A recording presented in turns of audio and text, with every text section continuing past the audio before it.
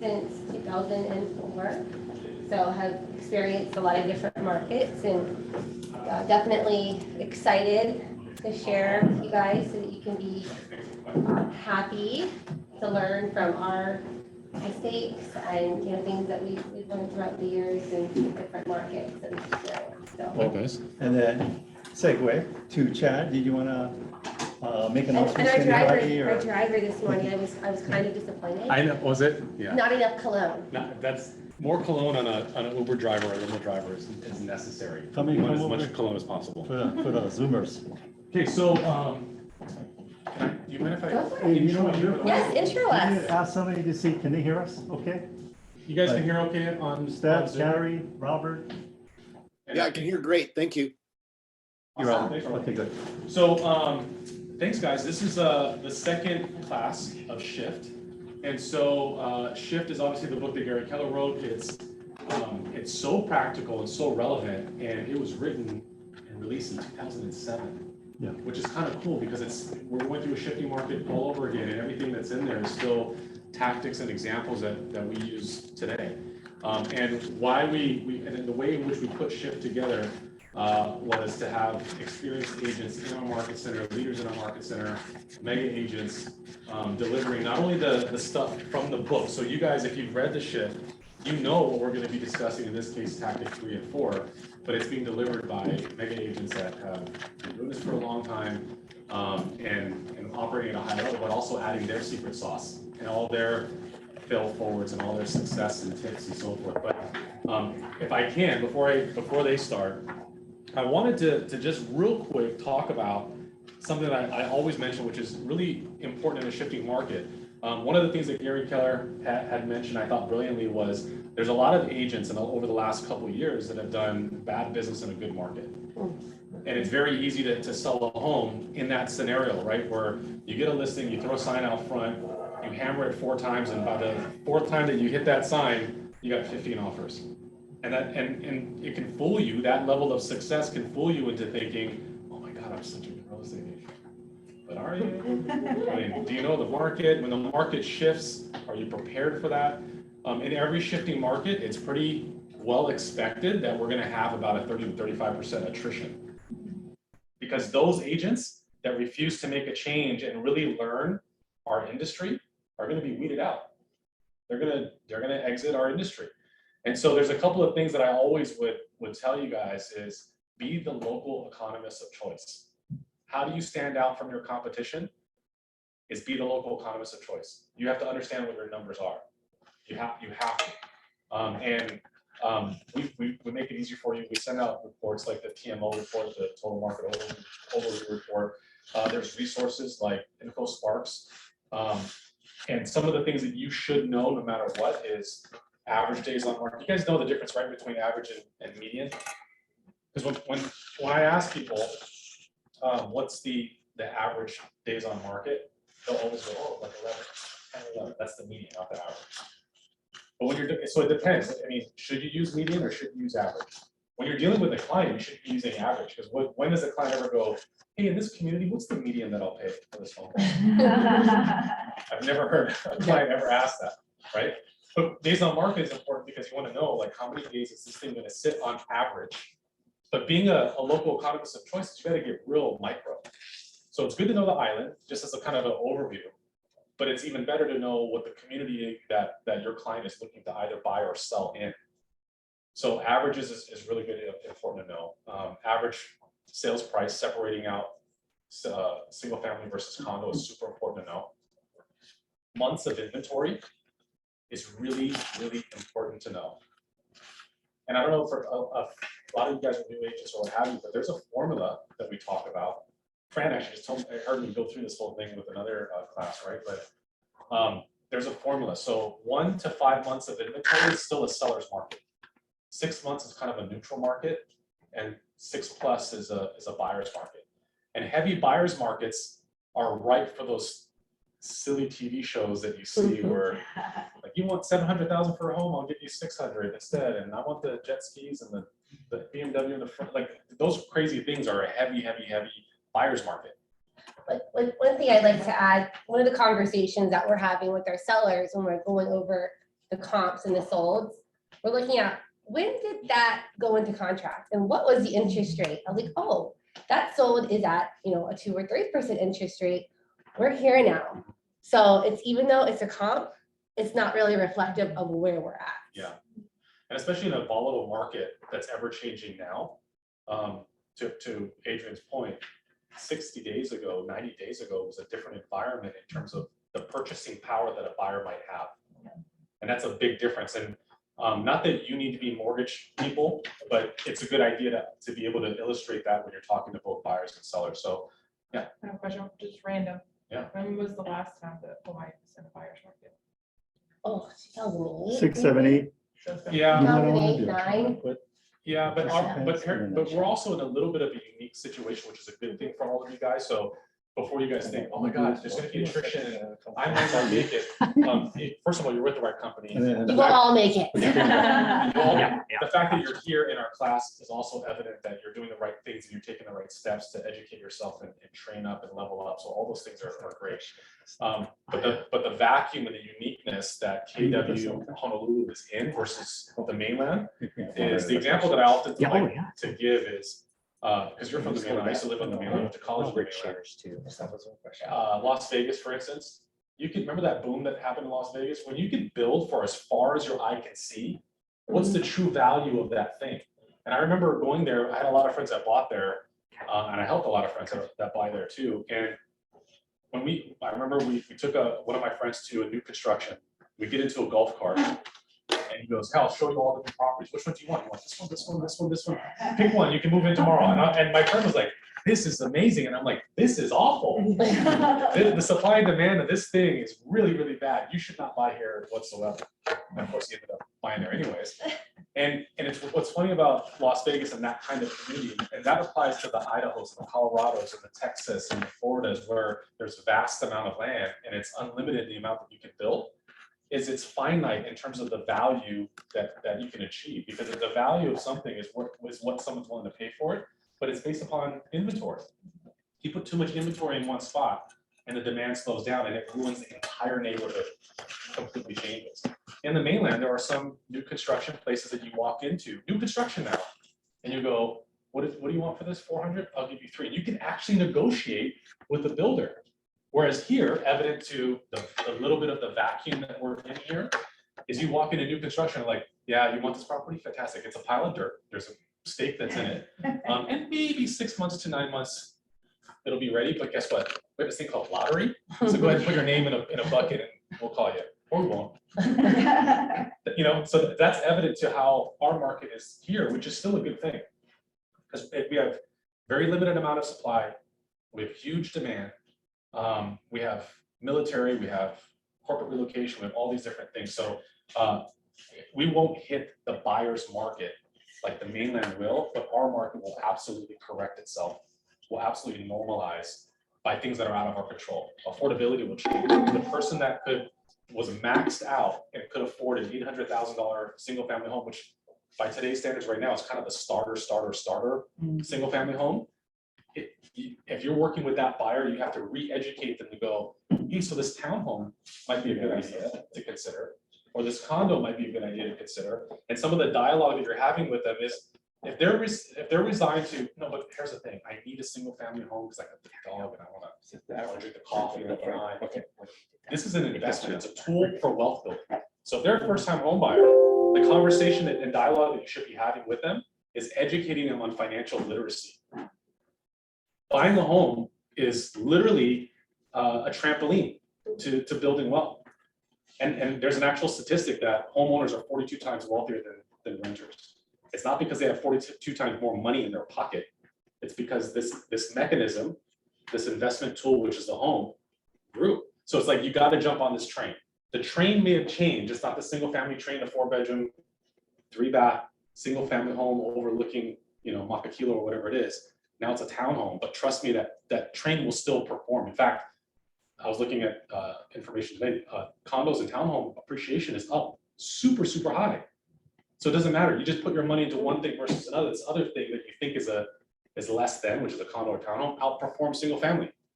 So in just terms get of your foot, appreciation. just get your foot in the door. Jump on the train. Get the Train foot in the moves door. fast. And for those buyers who are going, you know what, I think I'm gonna wait. I think I'm gonna wait till prices come down. It's a fact that you cannot save more than appreciation occurs. You can't. And you can do the math for them too. So you can ask them, a great script that I've used before too is, oh, you're gonna save, awesome. How much have you saved so far and how long did that take? And they'll usually go, well, I've saved whatever, $20,000 in the last 2 years, okay? Then you do appreciation for the area that they're looking at over the last 2 years. It's like, oh, appreciation is $80,000. Probably jump on the train. So just want to give you a couple of tidbits. Look at your stats, look at InfoSparks. InfoSparks is free. It's on the dashboard. If you need help running certain reports, come see me, I'm happy to help. But without further ado, you have two unbelievable experts and masterminds in this class, and they're going to be talking about shift tactic 3 and 4. So please give a welcome to Adrienne Atillio. Thank you, Chad. And then I guess to add real quickly, because I know that was a concern about the buyer market, we're already starting to see actual negotiations, where before in our previous market, it was the negotiation was like offering way over and, just. The negotiation was going through multiple offers. back Now, and forth, yeah. we just opened escrow with something today where we're opening escrow at, above, or below asking. Below asking. Below asking. And it was just a back and forth. So the buyers and sellers, we had to, really, so we are seeing that. And if you guys are working with buyers, look at those days on market and negotiate for your clients. So, okay, real quick, when did you get into the business? Where are we at today? Fast forward, go through that again one more time. Yep, 2004, and have been obviously through different markets, built the team. And here we are today. I think we've got like 22, 23 people on our team, including not just agents, but we got about half of admin, half agents, and we got virtual assistant support and different people that have different lanes. But in the beginning, it was just everything was my lane. And so it's great. We started right where you guys started. Yeah, it's great to be able to find and recruit other people that like doing things that I didn't like doing. So effective people leverage. We're going to share with you what's in the book, and then we're going to share with you what we're doing, and then we're going to share with you what's in the book and what we're doing and how it applies to doing it on a walk. Okay, so that's what we're going to share for you too. That's why, with Keller Williams, when Chad says, hey, you have access to the top agents, do you have access to us right now for the next 2 hours? Yes. Or hour and I don't know how much time was that? Yeah. Hour and 40 minutes. Yes. So one of the things you'll know with our class is that we do a straight lecture so that you guys can have your heads go numb and hit the table front in front of you. No, never are you going to see Adrienne Atillio doing a straight lecture. Information is going to flow both ways. We're going to ask questions. We're going to want you guys to share. Whether you're brand new in the business, you've been in this business for a long time, or anything in between, does everybody have something to contribute? Yeah, because we don't know what we don't know, and you don't know what you don't know, but we get together, then we know a little bit more than we did before we came into the classroom today. Yeah, we just did a mastermind for the YPN out in Couple A, and with that format and that style, there's actually a really great takeaway that we're going to be implementing with our team, which was, I forget who had shared it, but when they do their door knocking to invite the neighbors to go, was it Yeah. you want to share it with the class?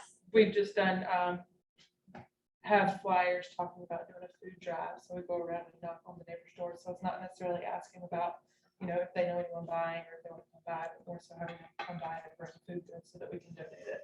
Coming from contribution. Yeah, the glazed tangerine slices from 2005, you can bring that for the food bank. So with that format of teaching and engagement, it's again, we can all learn from each other. So what we're saying is that if this is a class where you think you're going to get caught up on your Facebook, your emails, and your text messages, wrong class, because here's the deal. We're taking time to get our colis, you guys know the new Hawaiian word of the day, get our colis into the car. By the way, I just want to say on Zoom, you guys all look about 10 pounds uglier, but you guys are beautiful. But you guys are beautiful in person. You're beautiful in person. So thank you for coming in person, because you're all beautiful and handsome. I think this is our first class teaching in the Market Center since Before COVID. since before COVID, and you guys are, our first participants. So talking about how we're showing up for class today. In school, I was like a so-so student. I think I had a 1.6 GPA at the University of Arizona in Tucson. It was a complete waste of my dad's money and my time. All I did was figure out like how many beers you can fit in one cube refrigerator in the dorm. So I was a terrible student. But I'll tell you right now, I got my MBA and PhD in real estate. Wow. Because the MBA stands for massive bank account and the PhD stands for pig-headed determinedness, which is what I used to get the massive bank account.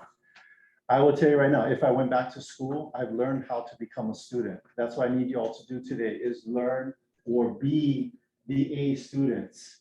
Because what we're teaching you is going to can literally double and triple your income if you execute on it. That's a little asterisk, like when you see the prescription drugs on the TV, then they give you, may cause bleeding of the eyeballs. I guarantee you, you will not bleed from the eyeballs after our class today. The only side effect is if you execute on it, what's going to happen what's the side effect of them execute on the information we're sharing with them today?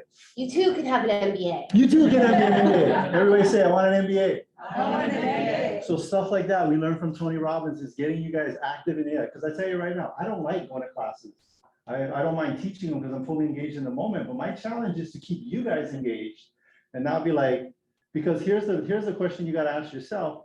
Why am I taking time out of my day to come here when I could be doing something else directly related to my business?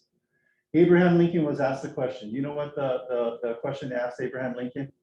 It's a very famous question. They said, Abraham Lincoln, we want you to go and chop wood. And his response was, or what was his plan of action for chopping wood? Sharpen the saw. He's going to have 8 hours to chop wood, and he's going to spend 6 hours sharpening the axe. That's what you guys are doing today, because if you go out there and you're just chopping wood with a dull axe all day long, you're not going to get any better results than you've had so far in your real estate career. So real quick, show of hands, who's been in the business about a year? Well, actually, you know what? We don't have that many people. How long have you been in the business? A year. A year? How long? Actually working it maybe a little over A year, okay.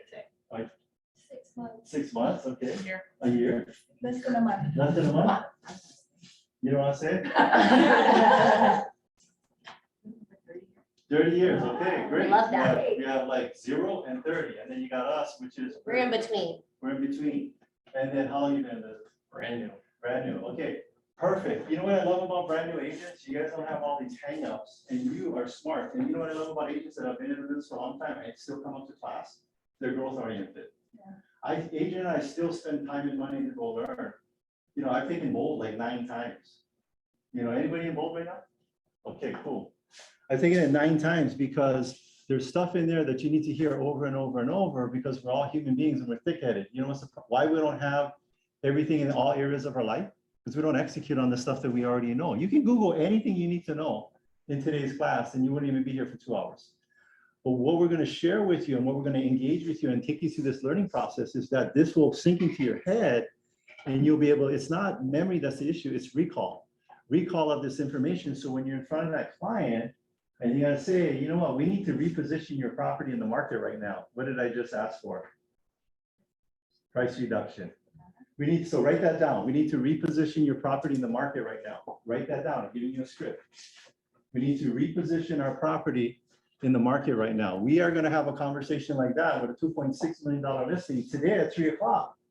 So we are instructors like University of Phoenix. At University of Phoenix, they don't have one guy teaching you accounting that was a CPA 20 years ago. They have an actual accountant teaching you accounting procedures at University of Phoenix. So this is like University of Phoenix. First thing I want to ask is real quick, let's see here. Maybe you can read this part for me, the prisoner. And then, Yeah, just that column there. Yeah. Sure. Has to be there, doesn't want to be there, and doesn't know why they're there. Doesn't engage, spends class time catching up on their emails, escapes by spending time in the hall on their phone, holds on to limiting beliefs, multitasks on their computer by working on side projects, picks fights with trainer or other participants if they don't agree.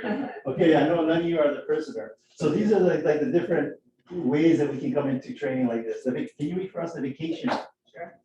on my glasses. The vacationer, a day in training is better than a day on the job. Spends as much time chatting as listening. There to have fun, distracts the class with irrelevant comments, returns late from break and lunch, not purposeful in their learning goals. Oh my God, spends the day on the smartphone, texting and checking Facebook, isn't paying attention. Okay, but you know what you guys are? You guys are the explorer. Read for us, the explorer. All of you are the explorers. Excited and curious about the new knowledge, skills, and tools they will discover in class. Listens attentively, then participates fully in discussions and exercises, asks meaningful questions, and contributes compelling ahas. Arrives to class on time and returns promptly from breaks. Adopts a posture of acceptance. Takes notes in their manual for future reference. Respects the different learning styles and opinions of others. Okay, we know that human beings are good for about an hour. After that, your brain is just somewhere else. With kids, it's about 45 minutes. I was thinking, maybe we should do 45 minutes. No, so you get that inner child inside of you. So remember, somebody raise your hand right at, what is it, like At 11, we'll take a short break. at 11? Yeah, Yeah. take a quick break. We'll come back. We're gonna go fast. If you guys are, if you're not focused or here 100% present, you're gonna lose some nuggets of us. We do over 100 transactions. So I'm gonna share information with you, not like Jack Black says, because I'm doing the braggadocious thing, because I wanna give you the foundation of the information we're sharing with you. I had a client, one of our VAs, we flew in from the Philippines and stayed with me for about 2 or 3 days at my house. I said, how's it been? And she goes, you guys are pretty intense. And you know what I said? Thank you.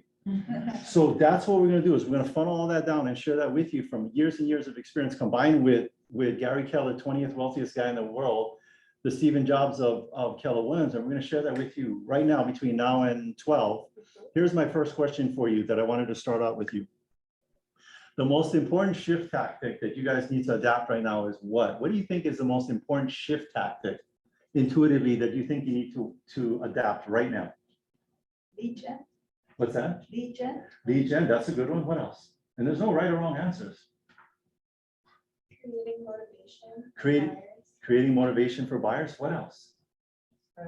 Changing marketing for your properties. Changing the marketing for the properties. Yep. What else? Anything else? I think there's 12. Like, where are you going with this? Well, They're all important they're in all different. important, but this one's not in there. Well, actually, it might be in there. knowing your stats. This is the most important shift that y'all need to adapt right now. A shift in your mindset. In your mindset. Right now, we're coming out of a market where you can list the property for That was sale. number one. Chad Oh, is taught it? that last Okay. week. So Yeah. they're all ready. They've shifted their mindset. You know, I can tell you guys have shifted your mindsets because what's the word again? What's in here right now sitting on the seats? What's that word again? Your cojones. You've done a mind shift because you're here today in this class. And my favorite character is from, I think it's called Ozarks, the guy Marty. He says, we got to get ahead of this. Right? So this is what you guys are doing, is we're going to get ahead of this. Adrienne, what do we want to cover first with them? Well, I really like this quote that Tactic 3 opened up with from Viktor Frankl. When we are no longer able to change a situation, we are challenged to change ourselves. Yeah. So it's like, the market that we were in, what was working then is not gonna, you're not gonna have those same results now. That's the better thing. So this first tactic, number 3, it's the one we're covering today. By the way, who was in the other class? The other 1 and 2? Nobody? Oh, you just came for us? You guys love us that much? I wanted to come, but I was in isolation. Okay. Oh, Thank you for isolating. we're glad you feel better. We're glad you're back. So this is what we're going to go through because it's appropriate for the market. I'll tell you, Adrienne mentioned it before. We are seeing things shift right now. So the first tactic we're going to talk about is leverage. Somebody tell me, what is leverage? What is leverage? An example of leverage. Using support staff to Yeah. help you do things so you can do what you do best. Yes. Does anybody use a VA, virtual assistant? Anyone? Okay. Anybody working with a lender? And all of you better raise your hands. Yeah. Okay. Who's your lender and why do you work with them? Major Singleton, he's also with VA buyers. Okay. Is that his real name, Major? Yes. Oh, wow. It's got- Was he in the military? He was a Navy. So when he was a major, was he like, major? We helped him to Like buy his major. home before he got into, he was a client of ours a long time ago. Okay, cool. All right, You so, know, we have a big team, we got 5 admin, we got 8 VAs and all that good stuff. We're not gonna talk to you about that because that's where you want to be. We're gonna talk to you about where you're at right now. If you have a lender, here's the first thing. Here's our tactic that we're gonna give you. Write this one down. What does Jody call it again? I forgot the name of it. Powerful caller. Strong buyer. Strong buyer. Oh, like, so I want you guys to think of like this. Oh, pump you up. Strong buyer call. Write this down. Strong buyer call. Anybody know what a strong buyer call is? Our lender calls them up and say, hello, my name is Jody and we're gonna pump you up. No, that's not the strong buyer call. What she does is she'll call on the offer that we wrote and say, what's your name, sir? David. Hi, David, you're a listing agent. Hi, David. We just submitted an offer for the Fukunagas. And on your townhome so Team Lally just submitted the offer. My name is Atillio. I'm with White Pacific Rim Mortgage. And I just wanted you to know that we did a full we got all documents from our lender.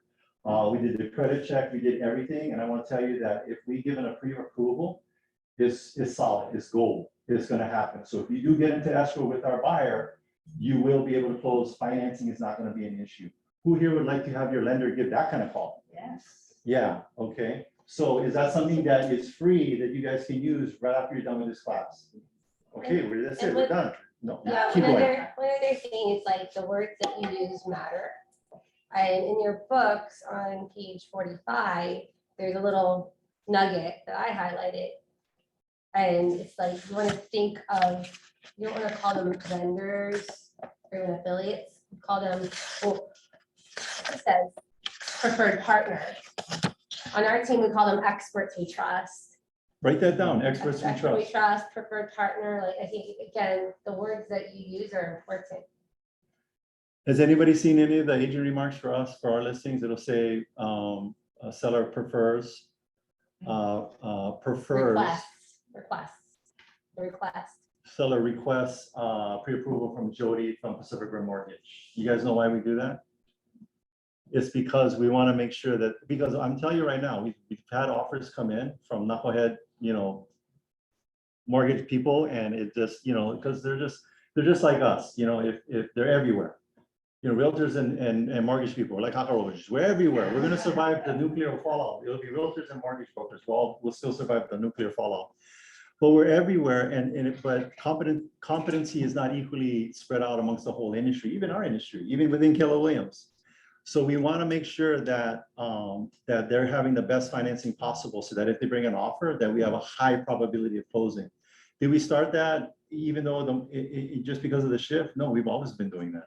What you're going to find is these things that we're teaching you today, if you implement them now and always have them in your business, doesn't matter if the market shifts. If you have shift tactics in place as a regular part of your business, you're not going to have to shift because you already shifted with today's class with the stuff we're teaching you today. What else, Adrienne? These are just the basics. Doesn't need to be complex. Actually, you gotta remove the friction. Yeah. So we're working with our coach, that's his instruction, is remove as much of the friction as possible. For clients to do business with you. Simplify. Yeah. Simplify all processes, for the clients, for your experts that you trust, for the operating agents, remove that friction. Okay. Let's see here. And then if those of you in the Zoom land, tell them the Zoom land, if you got questions or contributions, please type them in there. Yes, I see that. Let's try on Zoom. Yeah, that's it. We want to hear from you Zoom people too. Yeah, the camera right there. Go up to the camera. Hey, you Zoom people. We see you. But okay, so these are the main points we're going to jam through as quickly as we can because we want to get done in 30 minutes. I don't need, you know what, I always say people don't read the slides. You know why? I'm pretty confident that you guys are literate and can read. Okay, so there's that slide. Boom. Okay, effective people leverage, the power of leverage. Who, how, and what? Yeah. So, and then we notice besides people, what are the other two ways that you can leverage? Somebody say it out loud. Money. Oh, the money you spend on the system and the money you spend on the tools. What's some great systems that we have here at KW that you don't even pay any money for? Command. KW Command. Who here has all the leads in KW Command, and your KW Command is like super organized and it's like super dialed in and it's like all organized? That should be nobody. That should be nobody. And if you are, yeah, if you are, then I'm like, what are you spending so much time on your command? Pick up the phone and talk to people. No, I'm just kidding. It just, write this one down. The quality of your notes in your quality of your notes determines the quantity of your income. Quality, that's like a math formula. The quality of your notes in your systems called KW Command. Because here's the deal, when you follow up with people, are you saying, hey, I noticed that your son Charlie was going off to University of Michigan. How'd that work out? Are you sounding a little bit different than every other realtor? Yeah. I know in bold, hey, you know anybody who wants to buy, sell, or invest in real estate? I know we're teaching that, but you can also add other questions pertinent to your notes. Go ahead, Adrienne. I would say also while you are adding those notes and the quality of your database, Michael Mayer talks about it in this book, grading your database and understanding who's in there, right? Because there are going to be certain people that are going to be like, they're super fans, they're cheerleaders, they're going to send you referrals that know how to refer business to business. Identify those people, nurture those relationships. I mean, of course, everyone in there is going to have, you know, different timelines and connections, but really identify the ones that are going to be those raving fans in the Okay, database. so let's talk about the people. See, so you guys, there's people that are on your payroll and people not on your payroll, right? People on your payroll, you know, we're always kicking their what's again? Their okoles, making sure we're getting our money out of that W-2 employee. Then we have our agents, 1099, you know, we just make requests because, you know, the independent contractors, we can't force them to do anything.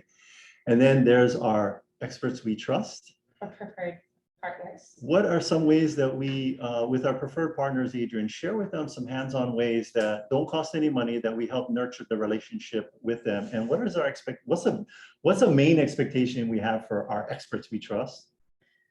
Let's see Well, if you know. yeah, I would say like when we're making introductions or referring business, that they show up professional, that they have great communication, great response time, the same kind of systems that we. They're showing up the same way we do. Yeah, so they're just like an extension of us, but you know, in a different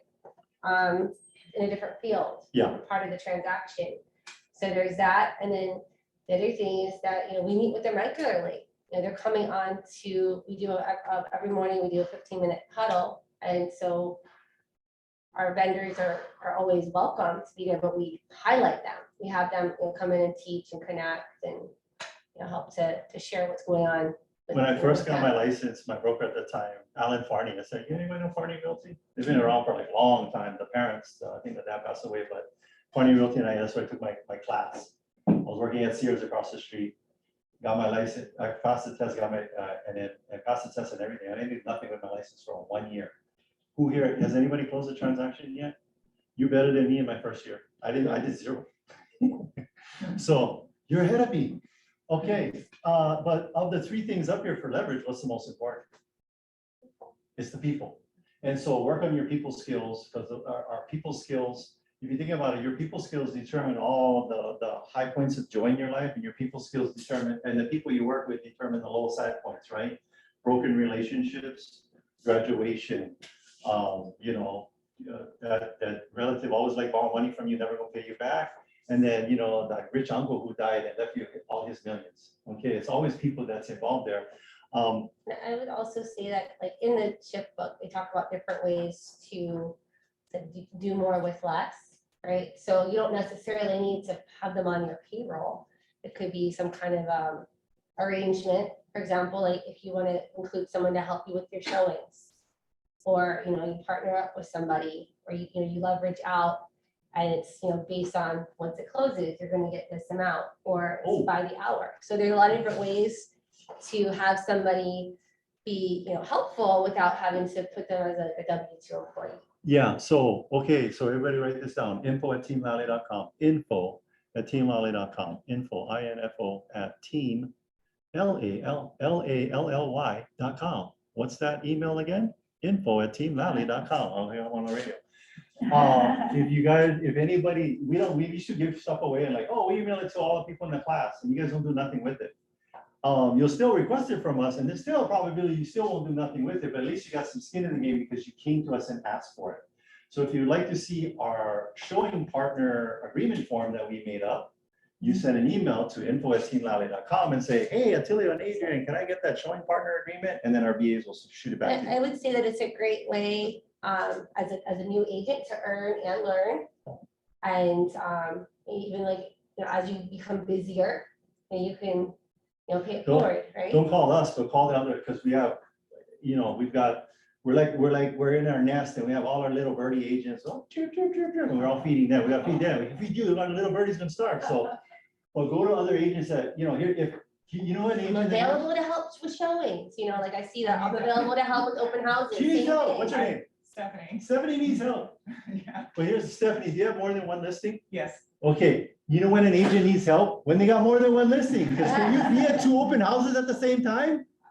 I can't. Between, No, can I- you, I've had to I'm get gonna help. really load the question, can you be at 2 places at the same time? No. No, unless you No. figure that one out, let me know, because there's sometimes when I wanna be at my kid's soccer game and I gotta do this listing presentation, it's never worked out for me, So any agent that has more than one listing, and if they're both vacant, needs your help, because they will be happy, and you gotta go to them like they're a client. Hey, you need help with your listings. Is that how you go to your clients? No. Hey, here's my open house assistant resume. I even have a hat, a trucker's hat. It says open house expert. And then I'll put out all your signs, or I got signs, or how can I show up in the best way and help you get that home sold because the market's shifting. If somebody came to you like that, would you be like, yes, Yeah, all day long? yeah, and that's the frustrating thing is that some people are just like, oh, okay, cool. And I'm like, I don't. Well, it's like your baby, you're like, Yeah. oh, well, here's my Yeah. baby. I think if you go, if you have the In writing. expectations in writing and you go Yeah. over them, it's like, because you want to be very clear and they may not understand what your expectations are. So as long as you put it in That's writing, where I'm at. yep, and you Yeah. gotta have I think we may even have something like that. Hey, in our- send in our an Google email to Drive. info@teamlally.com. Open house, yeah, because we have our agents go through open house training. I think even Chad, We got an open house I think checklist. Chad has done. I bet you if you Google it, there's 10 of them out there. Yeah. Google. So, yeah, I think that, before COVID, he was having people go through a kind of a certification so that it's standardized. Yeah. Right, so it's we all know how we show up and now. Yeah, we follow so you up want your and- seller calling, my neighbor said whoever you had inside my house, man, they was watching the game, that when people do UFC fight going on, and all their friends showed up, and there's all these beer cans all over the front yard. No, I just kidding, that never happened. That'd be a good movie. The bottom line is that, develop those relationships with the vendors. So real quick, we'll go around the room and no repeats. Tell me somebody that could help you in real estate. So we already said mortgage person, who else? Oh, I was thinking Lisa Plum. But what's she She's do? mortgage. She's mortgage, let's not repeat though, No. some besides mortgage, different industry. An expert from another industry to help you with real estate. Dean Graziosi, What's he do? real estate, What's he, and also, he's a realtor? no, What's he he's do? an investor. He's an investor. Okay, so you have an investor expert. Who's another expert you can rely on? That's correct. Escrow officer, another one. Perfect, oh, but Like that's which general, ones? give me specific. Like repairmen that have. Handyman, Handyman. What's the- yes. No repeats, because this is the group think here, group learning. What's another one? Carpet person or? Carpet person, Yes. excellent. Well, Photographer, yes. Personal assistant. Personal assistant, sure, yeah. Home inspector is a good one. And what else? Like they talk about it, giving them Plumber, all the electrician, general contractor. Very good, yeah. But here, and here's the number one expectation, well, actually, number two, number one is you gotta show up like we do. If you show up like on Malk, and you're like, oh, what's up? You're like, you need help. No, that's not how we show up. You need to show up how we show up. We vet out our experts we trust. What's a quick way you can check out somebody in 5 seconds? Google. Google and see what kind of reviews they're getting. Oh, this knucklehead showed up to my house wearing slippers and he gave me a handwritten quote and then it was $500 more than his actual quote. Okay, we're not working with this guy. You also need to check if it's a licensed industry, check and make sure they actually are in good standing, are licensed. They got any because violations, any judgments? If you can be, it's the 80 and the vetting, if we're licensed, then we don't want that to come back on us. Okay, but here's the expectation that I have for my vendors. If I bring you business, finish the sentence for me. You bring. You bring me business. I bring you business, you bring me business. Okay, because I want to be their expert that they trust also. So we get a ton of business from all of our vendors because we bring them a ton of vendors. And I don't send it to them psychically. You know, I think these people should bring me more. I say, hey, it's been a while since I got a referral from you. And then I'm quiet. Yeah. So I'm gonna put out there one other that would be probably a good person or like resource, especially if you are working with investors, would be to have a property manager that can talk to you what is, Rental what's the analysis. what's the rent, because your investors, they need to know those numbers. It's not about like, oh, do I like this house? It's like, do I like these numbers? Are these numbers good? So how So about, our expert is Du Kim Han. You write this down, Hawaii Pacific Property Management. that's all they do. They don't That's do all he does. sales. No So that's- sales. That's the other thing is, you know, with the property management, it's, you can do what you want, but we send Robert ours said to home the, inspector. Thank you, Robert. yeah, to the ones that are only focused on property management. Because then they send our clients back to us, right? It's When they're like- ready to sell. Yeah, it's like, you know, dropping your kid off at the circus versus the daycare. You know, I'm not gonna drop off at the circus, I'm gonna drop off at the daycare, because I don't know what we're doing at the circus. So with the property, with your, here's a question, write this one down. The seller, you know, with your seller, I want you to ask every single seller you sit down with this question. Have you thought about keeping the property and sticking a tenant in it? Hmm. I'll say that one more time. Have you thought about keeping the property and sticking a tenant in it? What That's did a you great just tell them question. with that one question? That you're a giver or a taker? That you're a giver, and write this one down. Givers gain. Givers gain. It's part of our core values here. You always come from contribution, win-win or no deal. So I'll tell you right now, and it's a pattern interrupt, right? For the seller's wife. They're not expecting you to say that because they expect that, you know, we want to get the home sold, collect our commission. We're, you know, in that business, that's how we make our money, right? So when we're giving them an alternative, that means that we're not gonna make the money right now. Now it's right now. Because, you know, we have made that suggestion. I had a past client that I had helped buy, and they came, like they're retiring, dual military, and they're, you know, going to the Midwest, and I'm looking at the market and what their overall goal was. I was like, you know, I really think you guys should hold on to this and rent out the property. And then, you know, let's look at selling it, you know, right before that capital gains expires in the 2 of the last 5 years. Yeah. So in doing so, they listened, they made another extra $200,000. Yeah. So they're very happy to have that, like, you know, that different perspective. Yeah, because you know, when you ask them if they're gonna, if they thought about keeping the home, put a renter in it, that's like a mouth spray for commission bread. And they're like, so hopefully that creates a memory of like, oh, But yes. like, you know, like sometimes, Peppermint, not sometimes it commission doesn't bread. make sense. It does not make sense. They're gonna be in the negative, they're gonna be far away, but just the fact that you're asking that question shows that you care and you're thoughtful, that there are other alternatives that may be You send the a property, solution. all you gotta do is send the property address to Duke. And by the way, here's a quick tip. There's no benefit to us other than you're helping the people that we work with and you wanna make them your experts.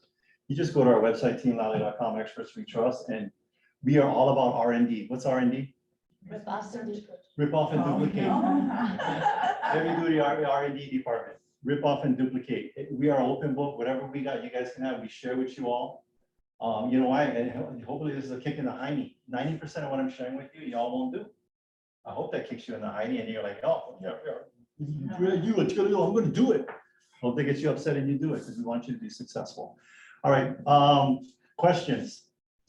Just real quick, we need leverage but the big question is, what do you leverage?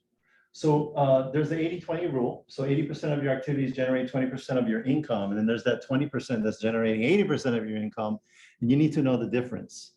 What is non-dollar productive activity, or which of your activities are the most, which are the most of your, oh, wait, you had a question or something from before? Actually, She answered Adrienne it. Okay. answered, yeah. I talk really fast, so I'll probably get to it as soon as you raise your hand. I'll probably cover because the topic's so fast. Let's take a pause. Does anyone else have any questions based on what we talked Anything we about shared so so far? far, or anything they want to share, like any, like Anybody That from would be Zoom land, helpful. anybody got any questions or anything you want to contribute to, type it up there. Yes. Thank you, Robert, for home inspection. Because we are moving on to the next, which is the 80-20. Okay, so which activities in your life, notice or others, bring you joy? Okay, so let's talk about dollar productive activities. What are dollar productivity activities is if you do this, you make money. So in real estate, what are they? Lead gen. Lead gen, and let's be more specific, because a lot of times people think, oh, I just live streamed on Facebook, I did some lead gen. That's not lead gen. Lead gen to me is from the bold definition, a conversation with a decision-making adult about real estate. So that's either face-to-face, voice-to-voice, and we are letting texting slip in there because of that new technology, but you gotta see bubbles. What do I mean by that? You gotta see bubbles. Has to be a two-way conversation. It's like you texting and then you waiting for the bubbles and then they send, not like text them and then 10 years later. Although, let's share with them the nugget on your super ghosted, I'm completely blowing you off client. What is our secret text message we send to them that now you will know? Hey, Write it down. Okay, that's Hey. it. Hey, H-E-Y. Hey, so let me but think about it. don't send it to like 200 people at the same If you're time. You gonna- gotta do it in batches. Yeah, I would say it's like 10 people. Tell me your name again. Amanda. Amanda, if I sent you a text, I'm not in your phone. You just see my phone number and hey, what are you thinking? Who is this? Yes. Exactly. How do I know you? But if I go, hi, my name's Amanda, I'm with Keller Williams. Are you thinking about buying, selling, or investing in real estate? That's exactly how they hear your voice when you You're send gonna that have text, to by the way. delete it. or But hey, it's ignore like, it. oh, this is somebody I talk to and they're not in my phone? Yeah, what's up? And then we engage, and then they engage. And we had it at a mastermind that we probably spent a lot of money on flights and hotels to go to, and we just gave that to you for free. So I'm in the mastermind, I call my ISA, I say, hey, on the totally dead garbage leads, send a group text out that says, hey, and she's from Texas, so what did she do? Hey, Hey, hey, y'all. y'all. Hey, Yeah, y'all. she added, I said, why'd you add? But she added, but she got swamped. So like she sent out like 100 of them, got 20 responses. And when you got like a whole pile of people, then you lose them because you're not responding right away. So don't do a bunch of them, do Small like 10. batches. Take your 10 worst leads.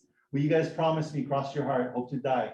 You take your 10 worst ghosted leads that you have a phone number for and just send them to, hey, you promise today? Yeah. Okay. What do you got to lose? Right? Worst case scenario. Oh yeah, I already working with Lisa. We bought the house. We're in escrow. Thank you for checking in with me. So we've got We got to that. Marie Kondo, our activities. What's What that? brings us joy of Yes. these dollar productive activities? What brings you the most joy? Like, what do you like doing the most? And then whatever else is there, like that's the things you gotta look to leverage and bring people on and Yeah. collaborate with. Yeah, rhetorical kind of question or like real question? I'm just saying, so like, Okay. what are these activities that bring you guys joy? What do you guys like doing most? Who likes, what? You know what I like to do? Boogie boarding with my son off at Walls Waikiki right now because the waves. The dollar productive activities though. That's Oh, what we're talking I about, thought it was not fun about stuff. like, not See, I'm not about. following this stuff. No. Anyway, so a dollar productive Like, activity. what are your favorite things to do? I like to, when my agents get stuck or we're getting ready to fire, I like to be brought in and I ninja the client. Oh. No, but I just come in, you know what I do? I just ask a bunch of questions and I go through the whole listing process again. So when your home's on the market, when a home is on the market, so write this one down. When a home is on the market for 200, 300 days, I will tell you this iteration of this question, we went to 1,000+ listing presentations to finally get to what I'm sharing with you today. When you see your home, when you see a home on the market for 200 to 300 days, what comes to your mind? And somebody answered like real What's wrong with it? bingo. You know, every single, it doesn't matter if they didn't even know how to spell real estate. The human, it's a completely irrefutable question that always gets that answer. And so, Mr. and Mrs. Seller, we don't want your home sitting on the market for a long period of time.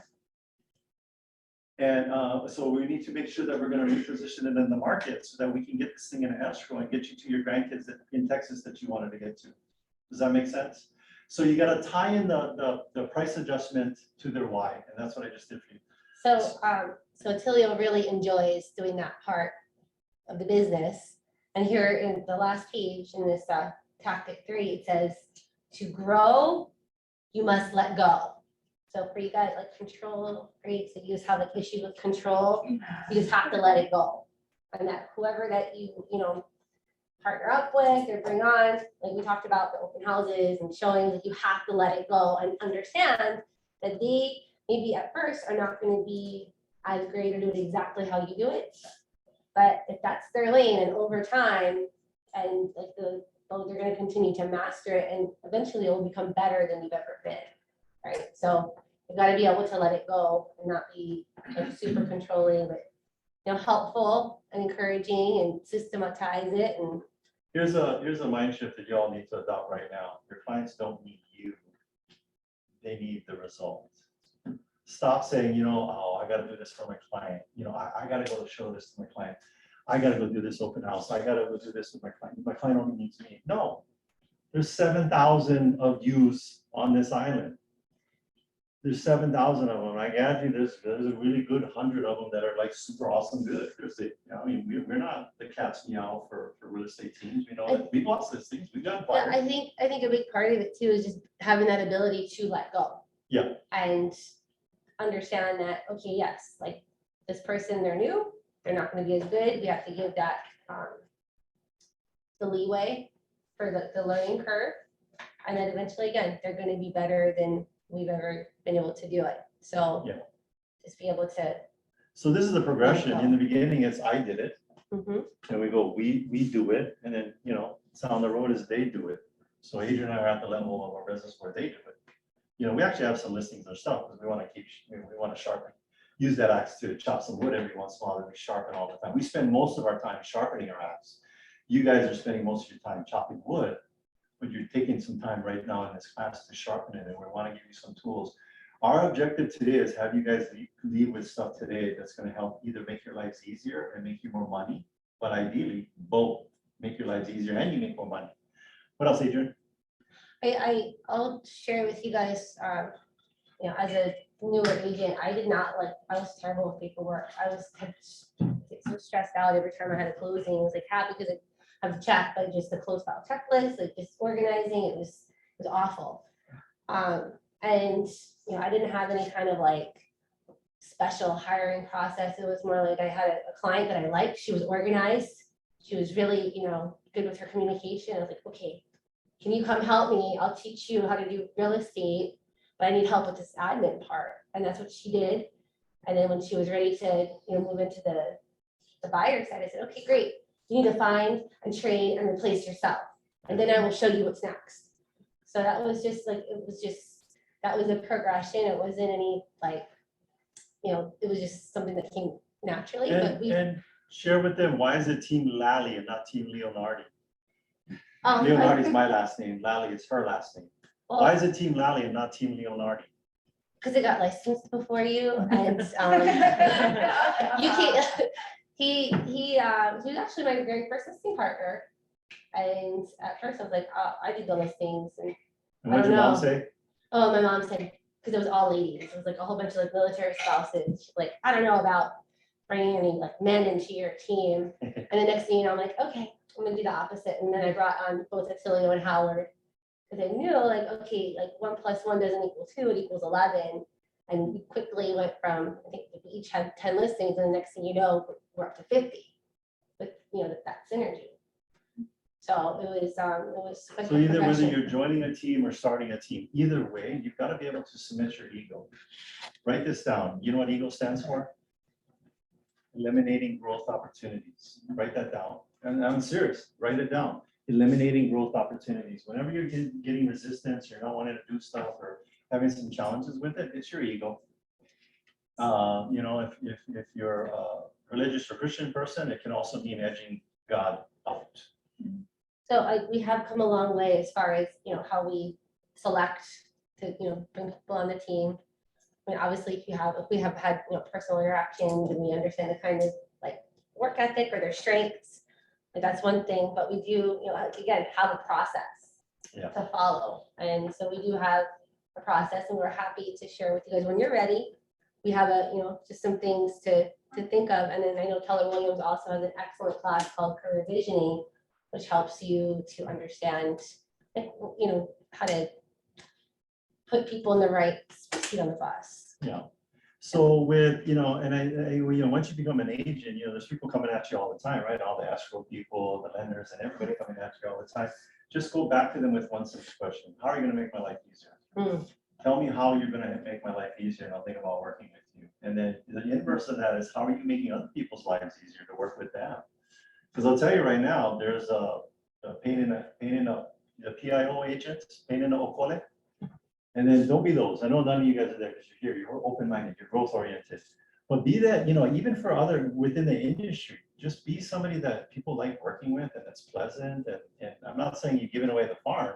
You're still working on behalf and you're maintaining your fiduciary responsibility to your client, but be kind. And that's the people that these people want to work with. I'll tell you right now, Jody does not work with every single agent that comes her way. She does not. Some of them Or are like- on her, she has a PIA list. Yeah. Also, So but go Can we go? back to that. I want to talk about personal tasks. That's my favorite. Right, so like, this one. I do not like to clean or do yard work, all that stuff. I'm like, okay, I'd rather be doing stuff that's gonna make me money. I'm gonna hire someone to do this. So again, like these are people that you can use for your own personal tasks and share those with your clients. Because some of your clients also need great resources, especially if they're coming from out of state. Great way to test out your cleaner, have them clean your house. There you go. And all these vendors, have them do stuff at your house. Okay. And a lot of times to get in business with you, they'll do it for free, the first one. So. Looking for short-term work assignments. So what's the question? So we already Where do found you what find you them? got. Yeah. Yeah. Virtual assistants. So let's talk about that. So we have 8 of them. Would that make us experts or I don't know, Yeah, we've some been kind of level using, to talk about those? we've been using virtual assistants for probably about 12 years. Yeah. And it was Somebody tell me, ugly. It what's was a very VA? ugly in the beginning. What's a virtual assistant? Somebody tell me, what is a virtual assistant? Somebody not there, that's your assistant. They're a figment of your imagination. They're not even a real person. Wait, that's way in the future. We have 8 virtual VAs, they're all out of the Philippines. We even have somebody that we're so fond of that we said, you're not leaving the team, and she went to A virtual Texas. agent. She went to Texas and then now she lives in Oklahoma, military spouse. We had a tech person that was with us for a while that was in Tennessee that was here originally and stuff like that. So open your thinking to that. Your first hire, I'll tell you right now, your first hire or your partner or whatever should not be an agent. Why? You gotta get all of the paperwork off your plate, because that's. Like if you don't have your ducks in a time-consuming. row, why did I join you? Yeah, exactly. You gotta be able to provide support and systems. Your first person that you bring on should be an assistant. You can pay somebody US side 50 or whatever, 80 grand, and they'll be gone in 3 years. 2 years. Minimum 1 wage year. just went up to $18 an Yeah. hour. Or you can bring on a VA that's happy to get the wages that you will pay them, and you're not dealing with all the employment baloney that you do because they're not in the US. But you have to be willing to train them. Yeah. And you're gonna get out of them what you put into them. Yeah, so if you're expecting your VA to know everything, we've had a VA that's been with us how long? 11 years. 11 years. We trust her with our life. She could actually have us hire a hitman and have us whack and probably take over the company. She's got access to their bank accounts and I tax tell her that all the returns time. and all sorts of stuff. Hey, I'm looking at her computer. Why are you Googling hitman? Oh. Just kidding. She loves us and we love her. She's like our family. We do anything for her. Whatever, anything for her. And that's the attachment that we have to our key people. So what else, Adrienne? Virtual assistant. Any questions on virtual assistants? How do you find them? We started with like a virtual assistant company. What was that one called? Well, Front desk? My Outdesk My was one, Outdesk. but there's lots of them. KW has them. Yep, and then what we ended up doing was and I don't know like what the policy is with the different companies, but we bought our VA out of her contract because of, how they were doing things. And then we had our VA find other people that were like her. So we get the first one and then all of a sudden it's like, whoosh. But if you got a question, go ahead.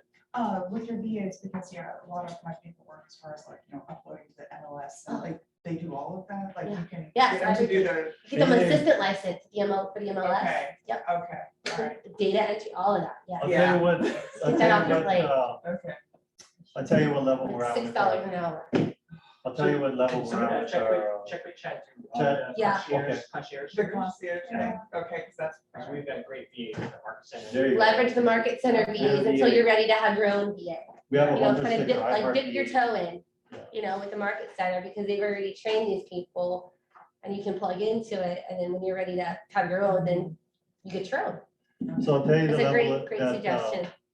the level we're at with our VAs. I was in Phoenix, missed the flight. Me and my son were going to film on Scout Ranch. And we're sitting there and like totally goofed it and missed the flight. My friend, the other dad's texting me like, are you on this airplane? I'm like, what airplane? The one that's on the tarmac. I was like, no. And so I go up there and I'm like, hey, is it flight? Oh yeah, I just closed a minute ago. Well, there's another one at 12 noon. So I said, okay, great, we'll get on that airplane. And then we're supposed to catch the shuttle and everything, you know, everything, it's like a domino effect, everything gets screwed up. So I emailed my VA, I said, we need a rental car, I need to cancel the shuttle, and then I need, instead of this hotel room, I need this hotel room. By the time, and my flight was an hour and a half. By the time I landed, everything was all squared away. Wow. So that's where you can get to. Like Adrienne and I have not personally scheduled a personal appointment in 10 years. Rental cars, flights, all that baloney that's just. Actually, I'm not even allowed to touch the calendar, because when I do it, when I put the appointments in, I do it all wrong. Like, there's just not enough details. They manage our calendar. I'm not allowed to touch, like, okay, you do it. That's We really had good. them apply for, we had our main VA apply for PPE money. How much money do we get?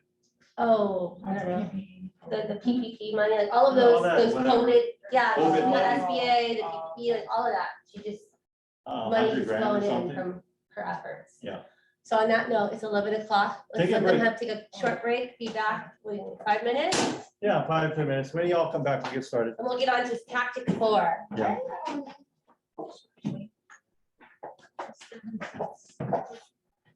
Oh, we got through slide 20, oh, 99.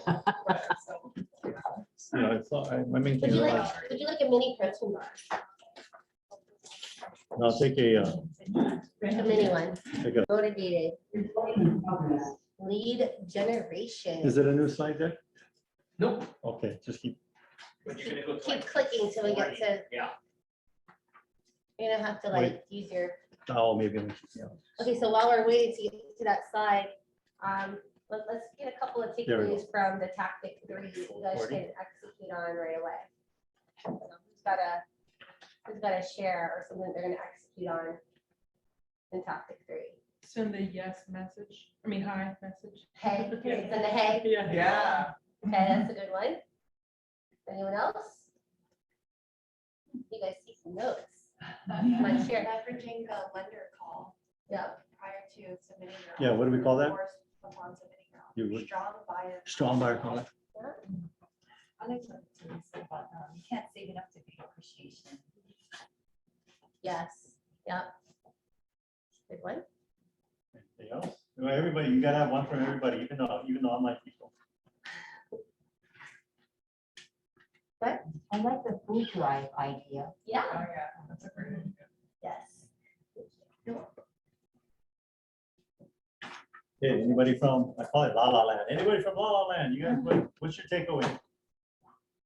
I like the language you used about repositioning the property. For the market. In the market. We gotta reposition the property in the market, because something's up with the orbital jumper arm or the flux capacitor is way out of whack. Your words matter. right? Words matter. Words matter. Okay, so we're going into this new one, tactic 4. Anything else, Adrienne, on that last one? I think we got some good takeaways and some, I want to hear these results of this hay. Yeah. Because it sounds like everyone's gonna do the hay. Yep, and go to these experts you trust and say, how can you make my life easier? How can you make my life easier? And that'll give you a laundry list and hold them accountable to it.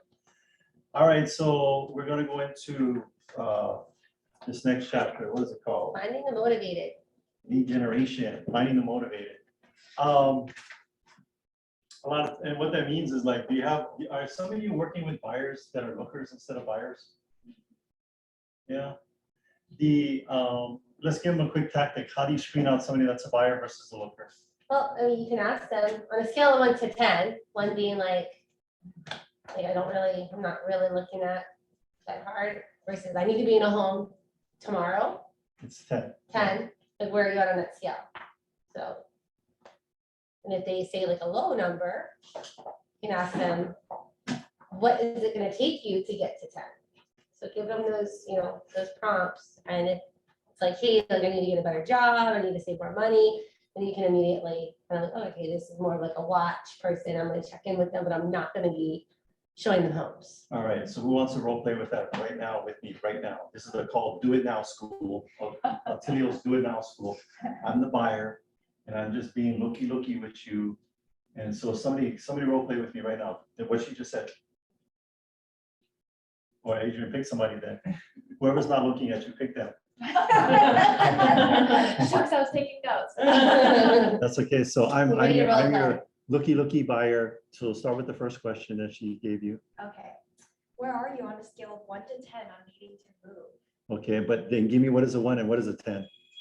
1 is just looking and 10 is I need to move tomorrow. Yeah, where are you at on a scale of 1? So 1 is I'm a loser and I'm just wasting your time right now. I'm so lonely. I need somebody to talk to. No, don't say it like that. Slowly. And then 10 is like, I want to get into a house tomorrow. What was your name again? Cammy. Cami, probably like a 2 or a 3. Okay, and what would it take you to get to a 10? Probably need to get a job. That's a good idea. So then your response is, let me know how that goes. Right? No. Just joking. What you do is you still serve people. Because will that guy be a buyer down the road? Yeah, he could be a buyer. Or maybe I'll send you some referrals, Yeah. But you're not gonna be like calling them every week. How's it going with the job search? You're gonna be like maybe every 6 to 12 months is you would check in with them. Because we have this habit, right? As soon as we find out that somebody's not giving us what we need, we kind of like write them off really quick. But I tell you, what's worked for Adrienne and I all along is that we've served everybody, whether they were selling some $50,000 leasehold or some $10 million, well, we never got $10 million listing, $3 million listing, same level of service, same level of courtesy, respect, and that's always come back for service. Well, what else, Adrienne? So finding the motivated, I think that, as this, you'll find as the market continues to shift, like you have to have more appointments, because before, like you had a much higher conversion rate. So let's say that before your number was 10, now you're gonna have to meet with 20, right? Because things are gonna there's just a lot of psychology, there's a lot of things that are happening. It's gonna be harder to convert. So you've got to meet with more people, have more conversations. You gotta do more in this market. So Gary talks about mindset right off the bat for prospecting. I'll tell you right now, if your mindset going into it is bothering people, not going to get good results. I will tell you that I'll take that same list that you called with the negative mindset and I'll get an appointment. Because my mindset is like, why wouldn't these people want to work with me? Here was my script when I first started. I literally just walked up I remember my parents and my son's soccer team. I was like, hey, I just got my real estate license. I highly recommend that you work with me now while I'm super motivated, because the longer I'm in this business, I'm gonna get lazy and I'm gonna be good to work with. So can you work with me now? And they knew I was joking. And the point is that I'm being myself. And if you haven't figured it out, I like to joke around with people and get people to laugh. Dave Chappelle gave me the biggest pearl of wisdom the other day when I was coaching him. No, I wish I was. But he said this on some documentary. He said, be funny, make money. Be funny, make money. He's talking about comedians, but that's my approach. But are you connecting with people and being authentic and real with them and not sounding like every other realtor out there? Write this down. 80% of your conversation, equal sign, 80% equal sign. And then draw a stick figure. 80% equal sign, stick figure. And then Do you want to just draw it here? yeah, I'll draw it for you. Here's what I want you guys to draw. You're gonna write, well, you know what? Write that one down, but then I want you guys to write this one down. Oh, yeah. And I'll get out of the way for the people behind me so you can see.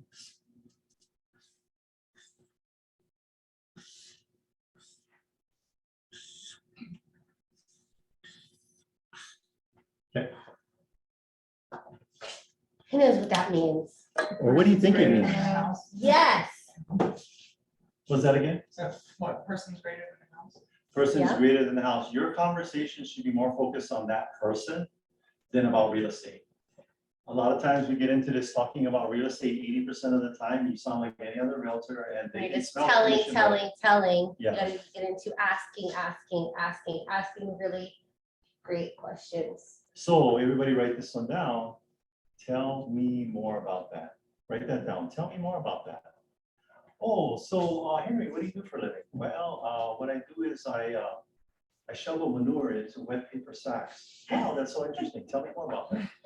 See how it works no matter what they say? No, I've never met somebody, a professional manure shoveler, but it's tell me more about that. And you'd be surprised if you keep them on the, because write this down, it's about connecting. And I know they teach us in Bowl also. It's about connecting, not closing. It's about connecting, not closing. So if you can talk more about them in your lead generation or prospecting, you're gonna have better results. Adrienne used to, we didn't know. Well, I remember I used to be on the line with like 45 minutes. You'd be like, get off the phone, close them already.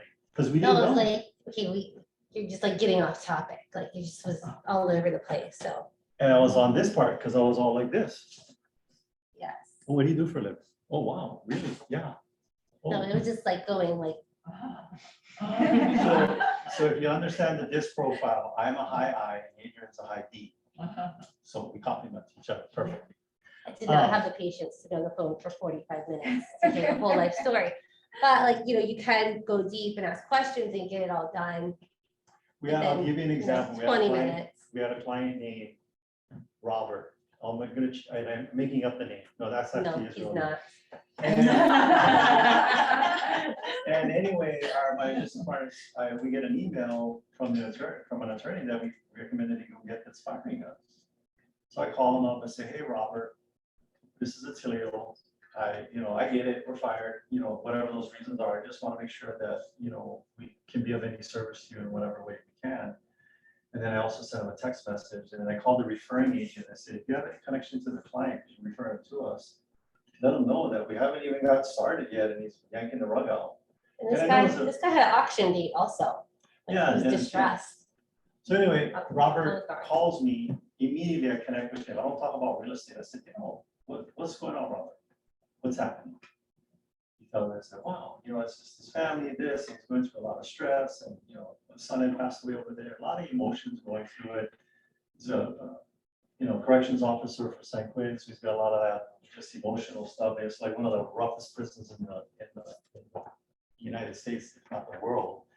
And just a lot of that. And I said, we've been doing this for a long time, and I know we can help. I tell you what, let me come out and visit with you. He said, okay. And I came the next day and I visited with him at the property for an hour. And fast forward, where we at today? Not fired. Not fired. I didn't talk about any real estate. You know what he left? He said, Tilly, you know what? Thank you so much. I didn't say anything about real estate. I just listened to his story for about an hour and a half. He says, thank you so much. You've been so helpful. I didn't say anything. I just listened. There's an invisible sign hanging around everyone's neck, and it says two things on it. Make me feel important and make me feel heard. So if you just remember that when you're prospecting and you do that in your conversations, you'll do well. So, All right. okay, so speaking of prospecting, like, how do you get these lists? Where do you find these people to call?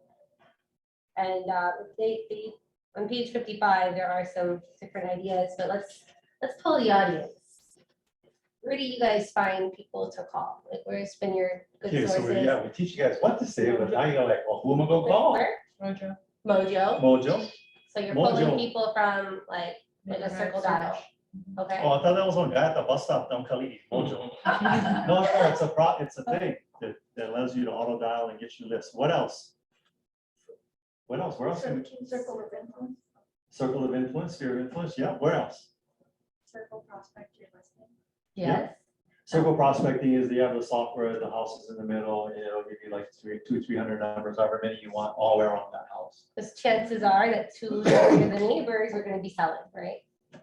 So Write this down, attach 80%, there's an 80% probability that 2 of the neighbors are gonna list their own for sale once a listing shows up on that street.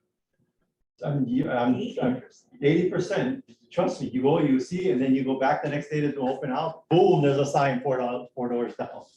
Not your sign. Happens to us too. So there's some other things that I think now that COVID is kind of subsided, that I think it's important to talk about and to think about and how you guys are gonna implement this. Because I think people, like, they wanna connect, they wanna come back and see each other. And there's definitely some very simple ways to create, client connection with, small little client parties. And it's not about the events. That's on the side. It's about the, before the event, and then maybe taking pictures and connecting at the event, and then after the events. And then being consistent with these client events, because then, your sphere of influence, your clients, they look forward to these things that you do every year. Yeah. So I would, start thinking about what you would like to do. And it doesn't need to be complicated, just keep it simple.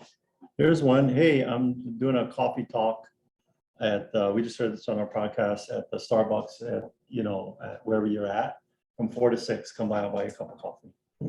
Now, it's not about buying a cup of coffee. It's not about the Starbucks, but it gives you something to call them and talk to them about. And invite them too. Yeah, and right? invite them to. You can do the same thing like with the ice cream social. I saw something posted, I forget, when he was in a bowl group. Like, oh, that's a very, I think they end up spending like $200. Well, and then let's use the group here, the power of the group here. Where else can we get lists of people to call? Where else?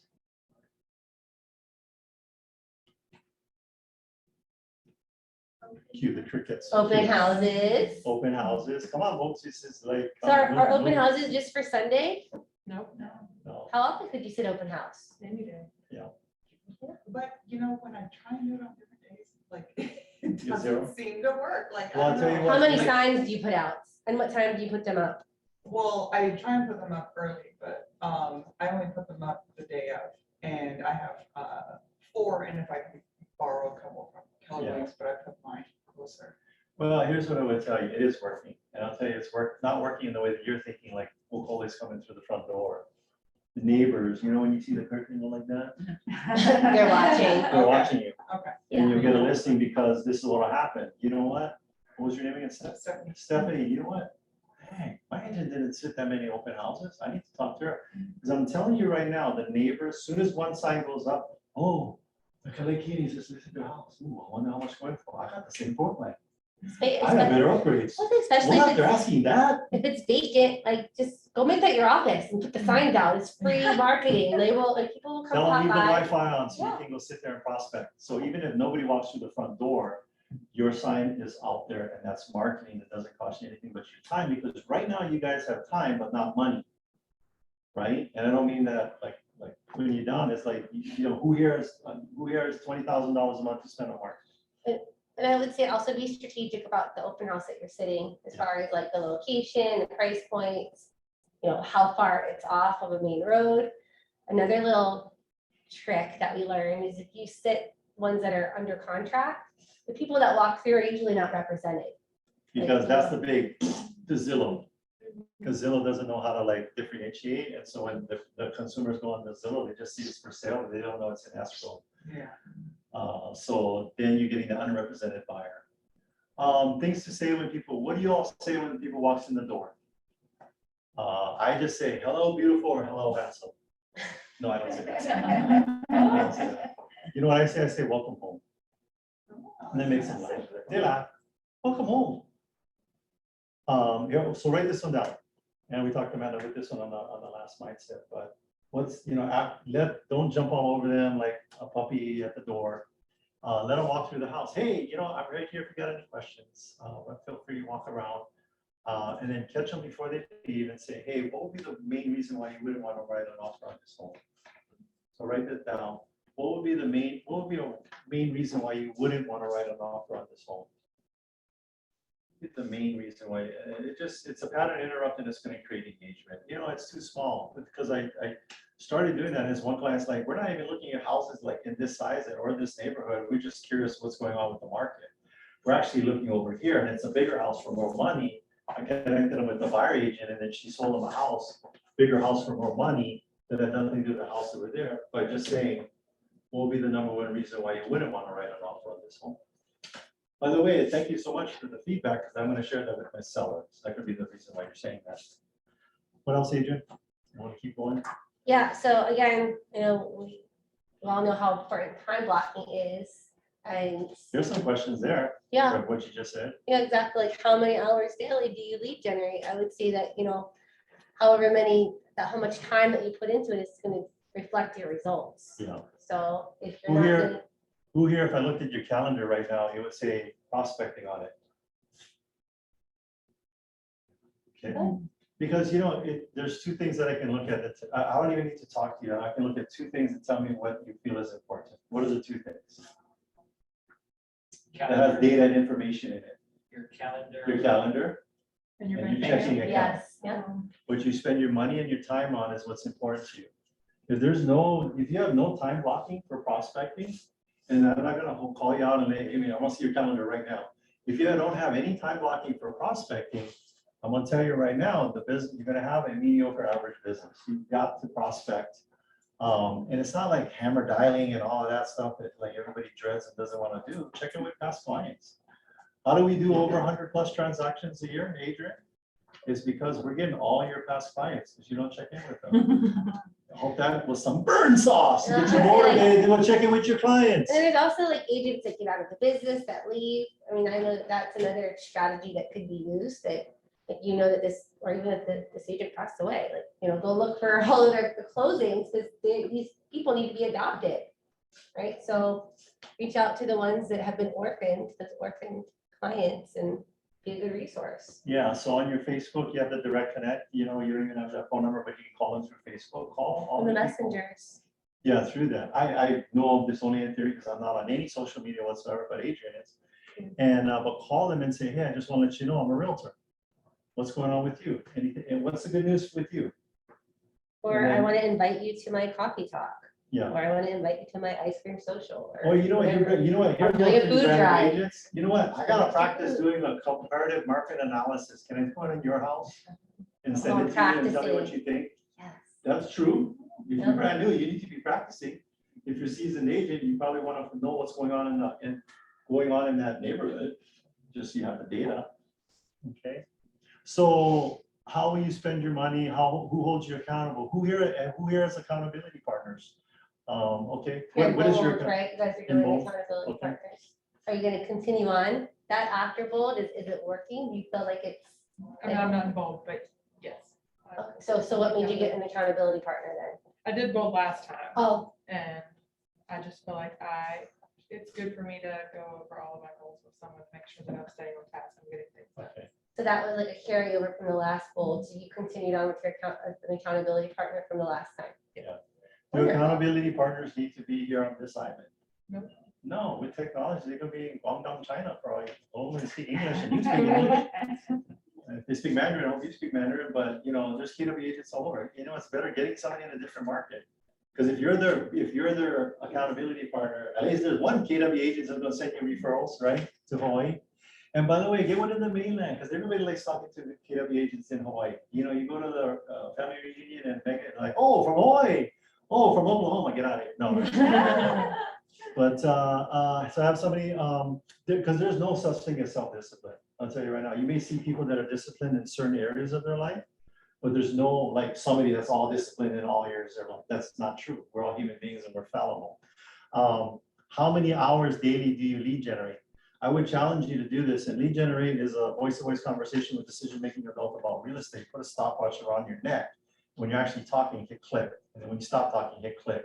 You'd be surprised. I'd be surprised if any of you could get an hour of actually talking with someone. But if you have an hour of solidly talking voice to voice with someone, your business will be, and you do that every day for a year, you have a different business come the end of the year. Study practice time on task.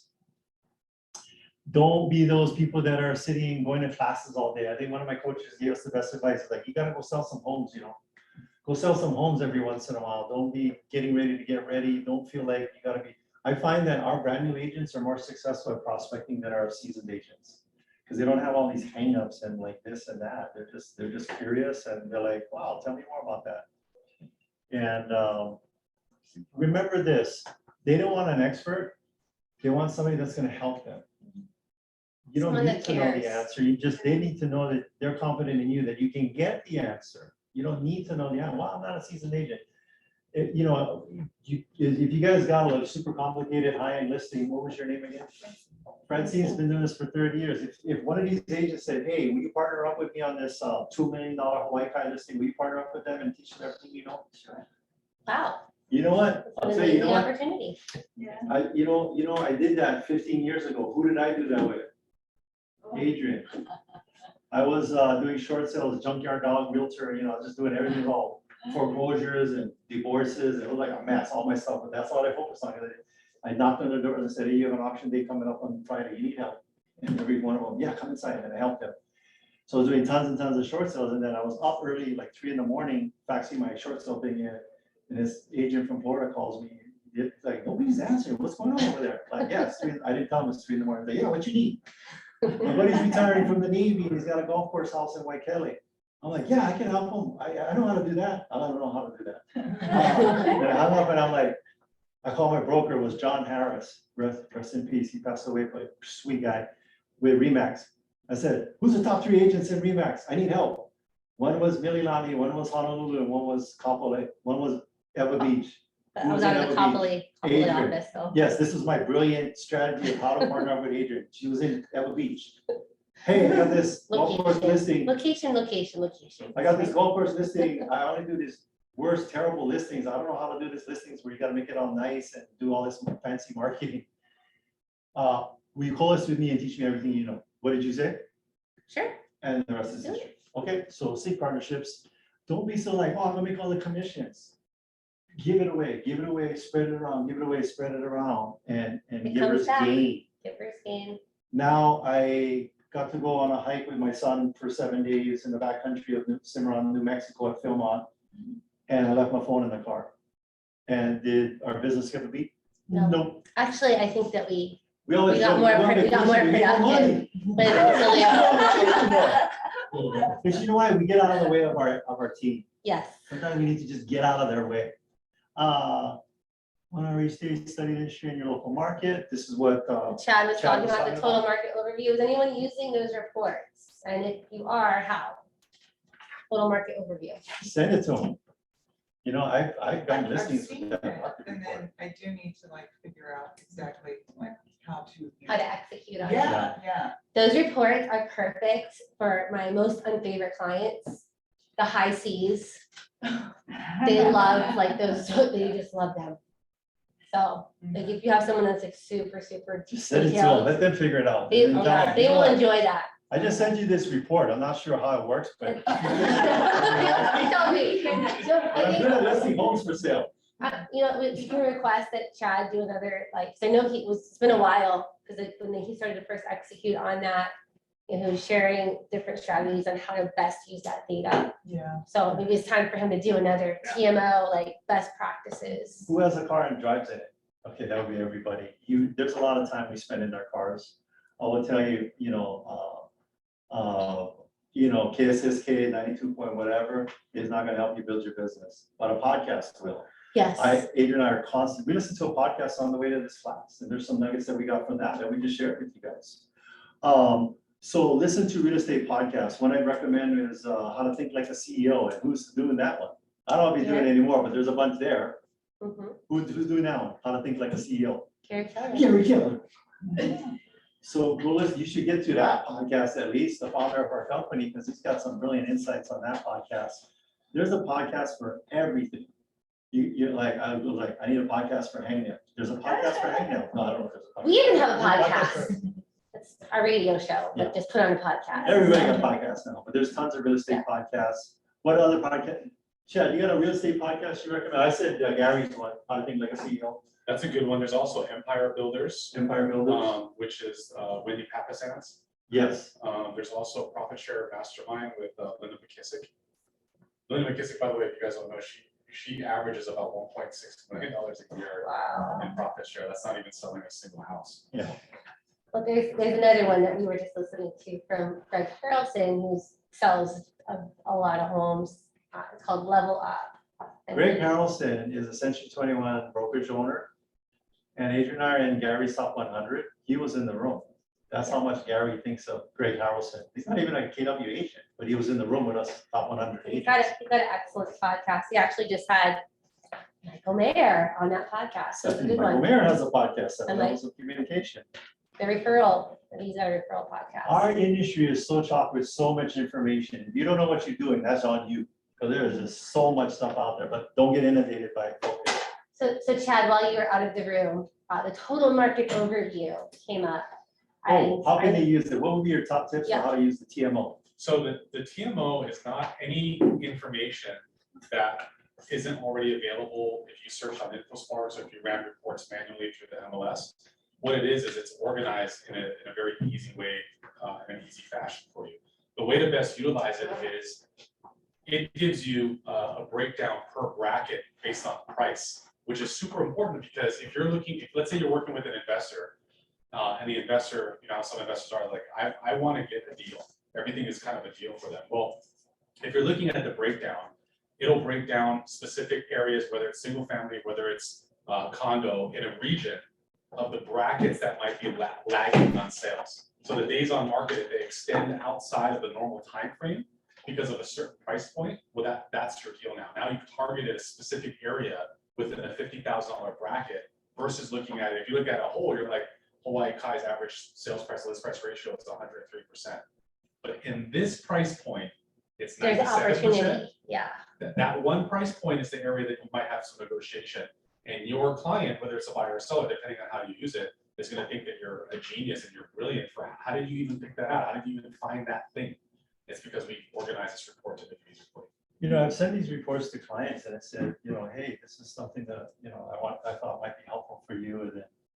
And they say, yeah, well, you know, I'm thinking about listing my home. And, you know, I'll be honest with you, that report never ever comes up again.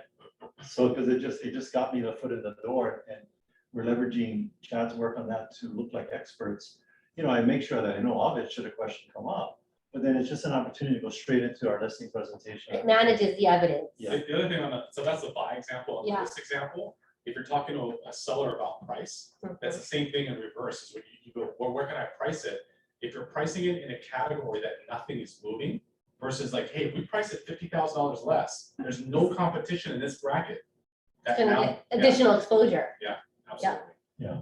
So obviously, these are books. Obviously, we're gonna recommend MEREA and then, you know. And then we'll be giving away a shift book and then book. also 7 levels as well, so. The important thing about the 7 levels is that we really need to change our conversations and what we're saying to people right now in the shifting market, and that's gonna be. But websites, let's see, lead generation. You know what, let's go around the room and you share with us, what is your number one source of leads? What's your number one source of leads? My circle of influence. Your circle, Right and now. how do you get a hold of them or touch bases with them? Call. So these are people that you know, they're in your phone, you have the name, Know, phone, like, and email, all trust that good her. stuff, okay. And then they're also all in your command. Not yet. Not yet, but that's a I'm good getting answer. there. Never say no, just say not yet. That's a good answer. What's your number one source of lead gen? Where do you get most? Yeah. Facebook military spouse groups. Okay, so you're tracking like, oh yeah, we're moving to Hawaii, we're PCSing to Hawaii. What, you know, how's the schools? Yeah, okay. And what about you? My sphere as well. Your sphere, okay, and how are you staying in touch with them or connecting with them? I stay in touch with them in ways that don't involve real estate. So I don't even Good. bring up real estate when I'm with them. I'm just like engaged with them. Yeah, okay. So just maintain the relationship. But they know you're a realtor. though. Yeah, You're they a obviously okay. secret got me. agent. Yeah, like wear your name tag, it's just like a subtle thing. You show up with your car magnets. Yeah, yeah. I, you And when know, you're a magnet on their car.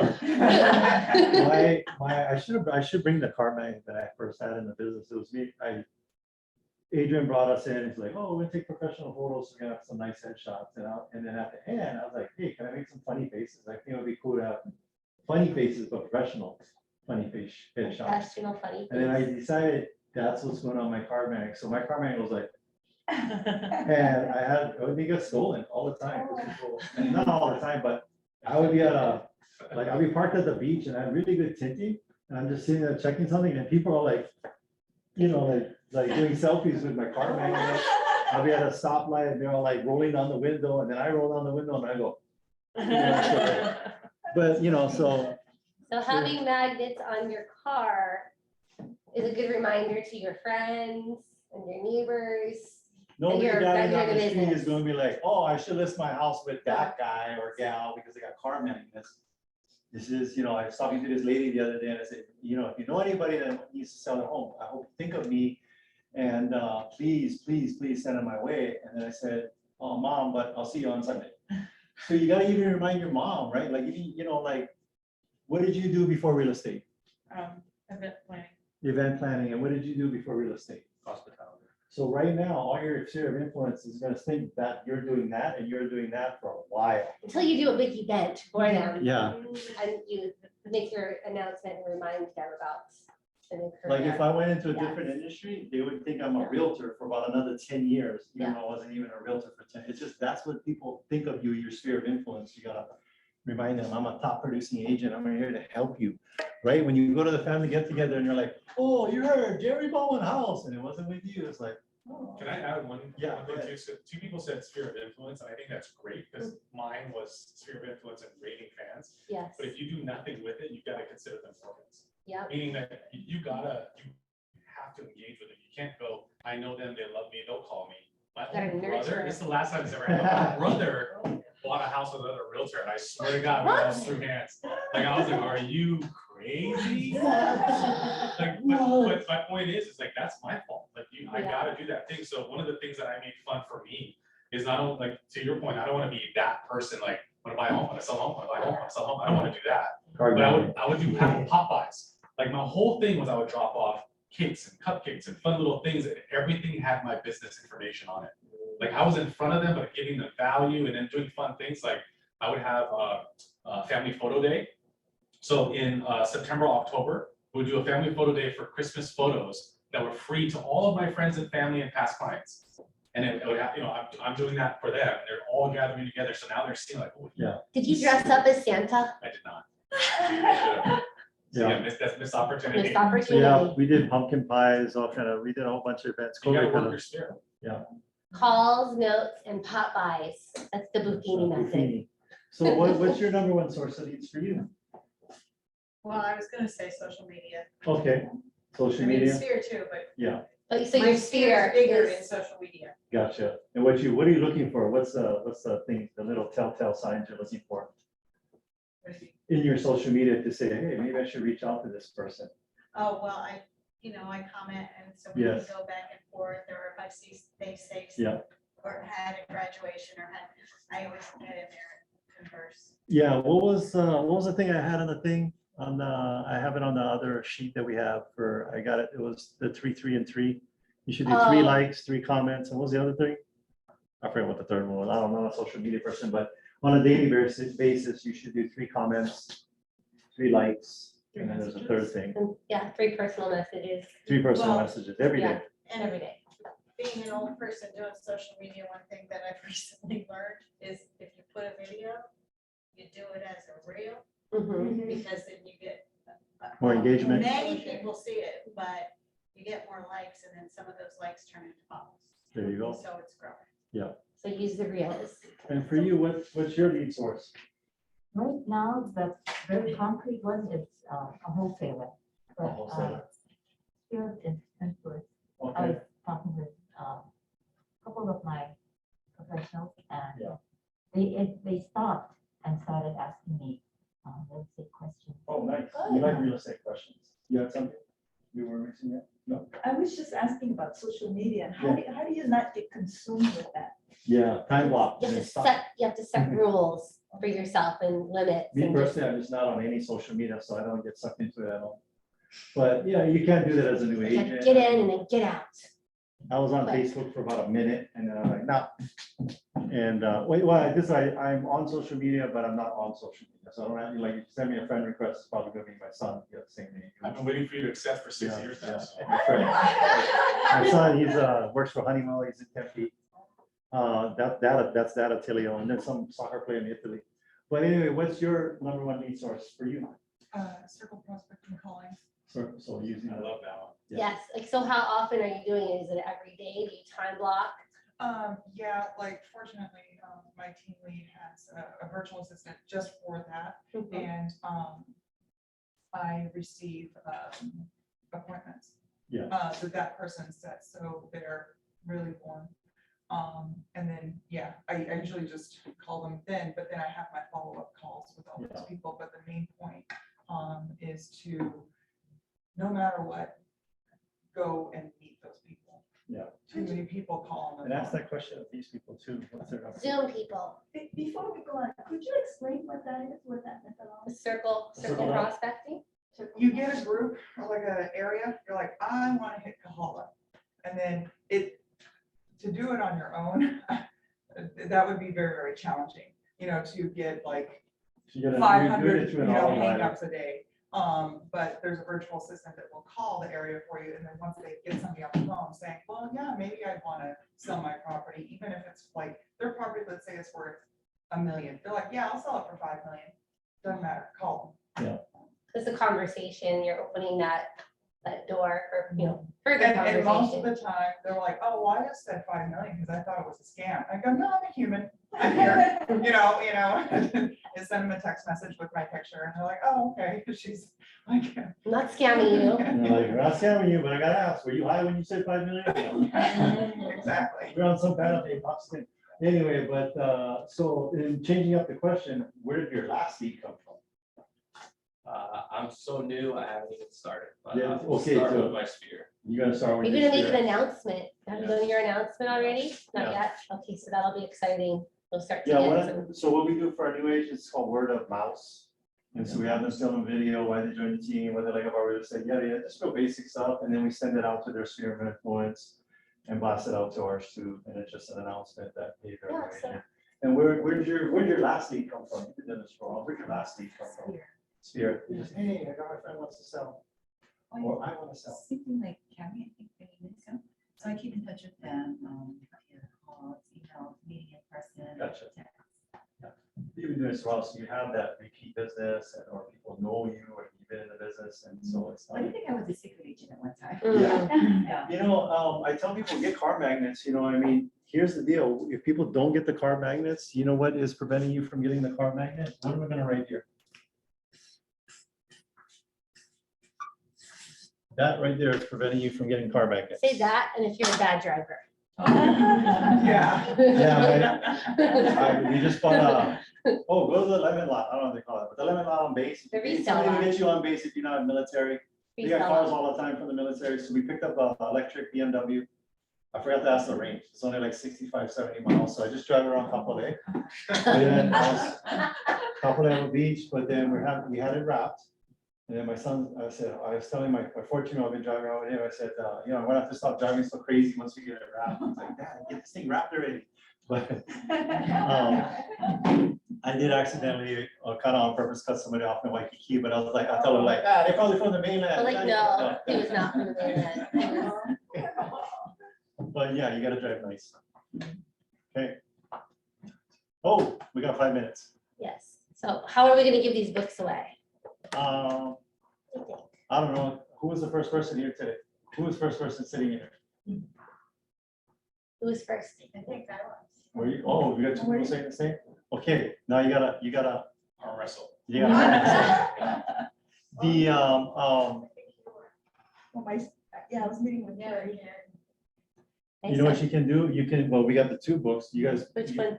Well, we got the two, we let Let's her, for the first, and okay, then we'll have another one to give away. okay, so give her the first one then. Oh, thank you so much. I appreciate it. Yeah. While you guys are picking, can I just say Stephanie, who just left, she's only been in the industry for a year. She does a lot of stuff, and I think she's got 6 or 7 listings right now, Yeah, all from circle prospecting. So I just want to point out that a lot of us said sphere of influence and social media. One thing that you have to be cautious of, are you going to take an active approach to lead generation or passive? yeah, Because passive is, hey, I posted on social media, now I'm gonna go to the beach. That's passive. yeah, Could you get something out of it? You could, but she's dialing. Like, she's actually engaged in doing stuff, which the results show. She's got 6 or 7 listings. I think 3 of them are over 2 or 3 million.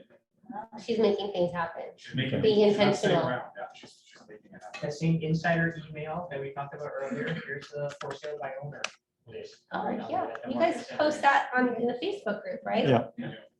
So we can call that. We're giving you inventory that's not inventory that no other firm has access to. So Well, here's the bottom line. You all, if you have more time than business right now, every one of you should, your Sunday is your Monday. What do I mean by that?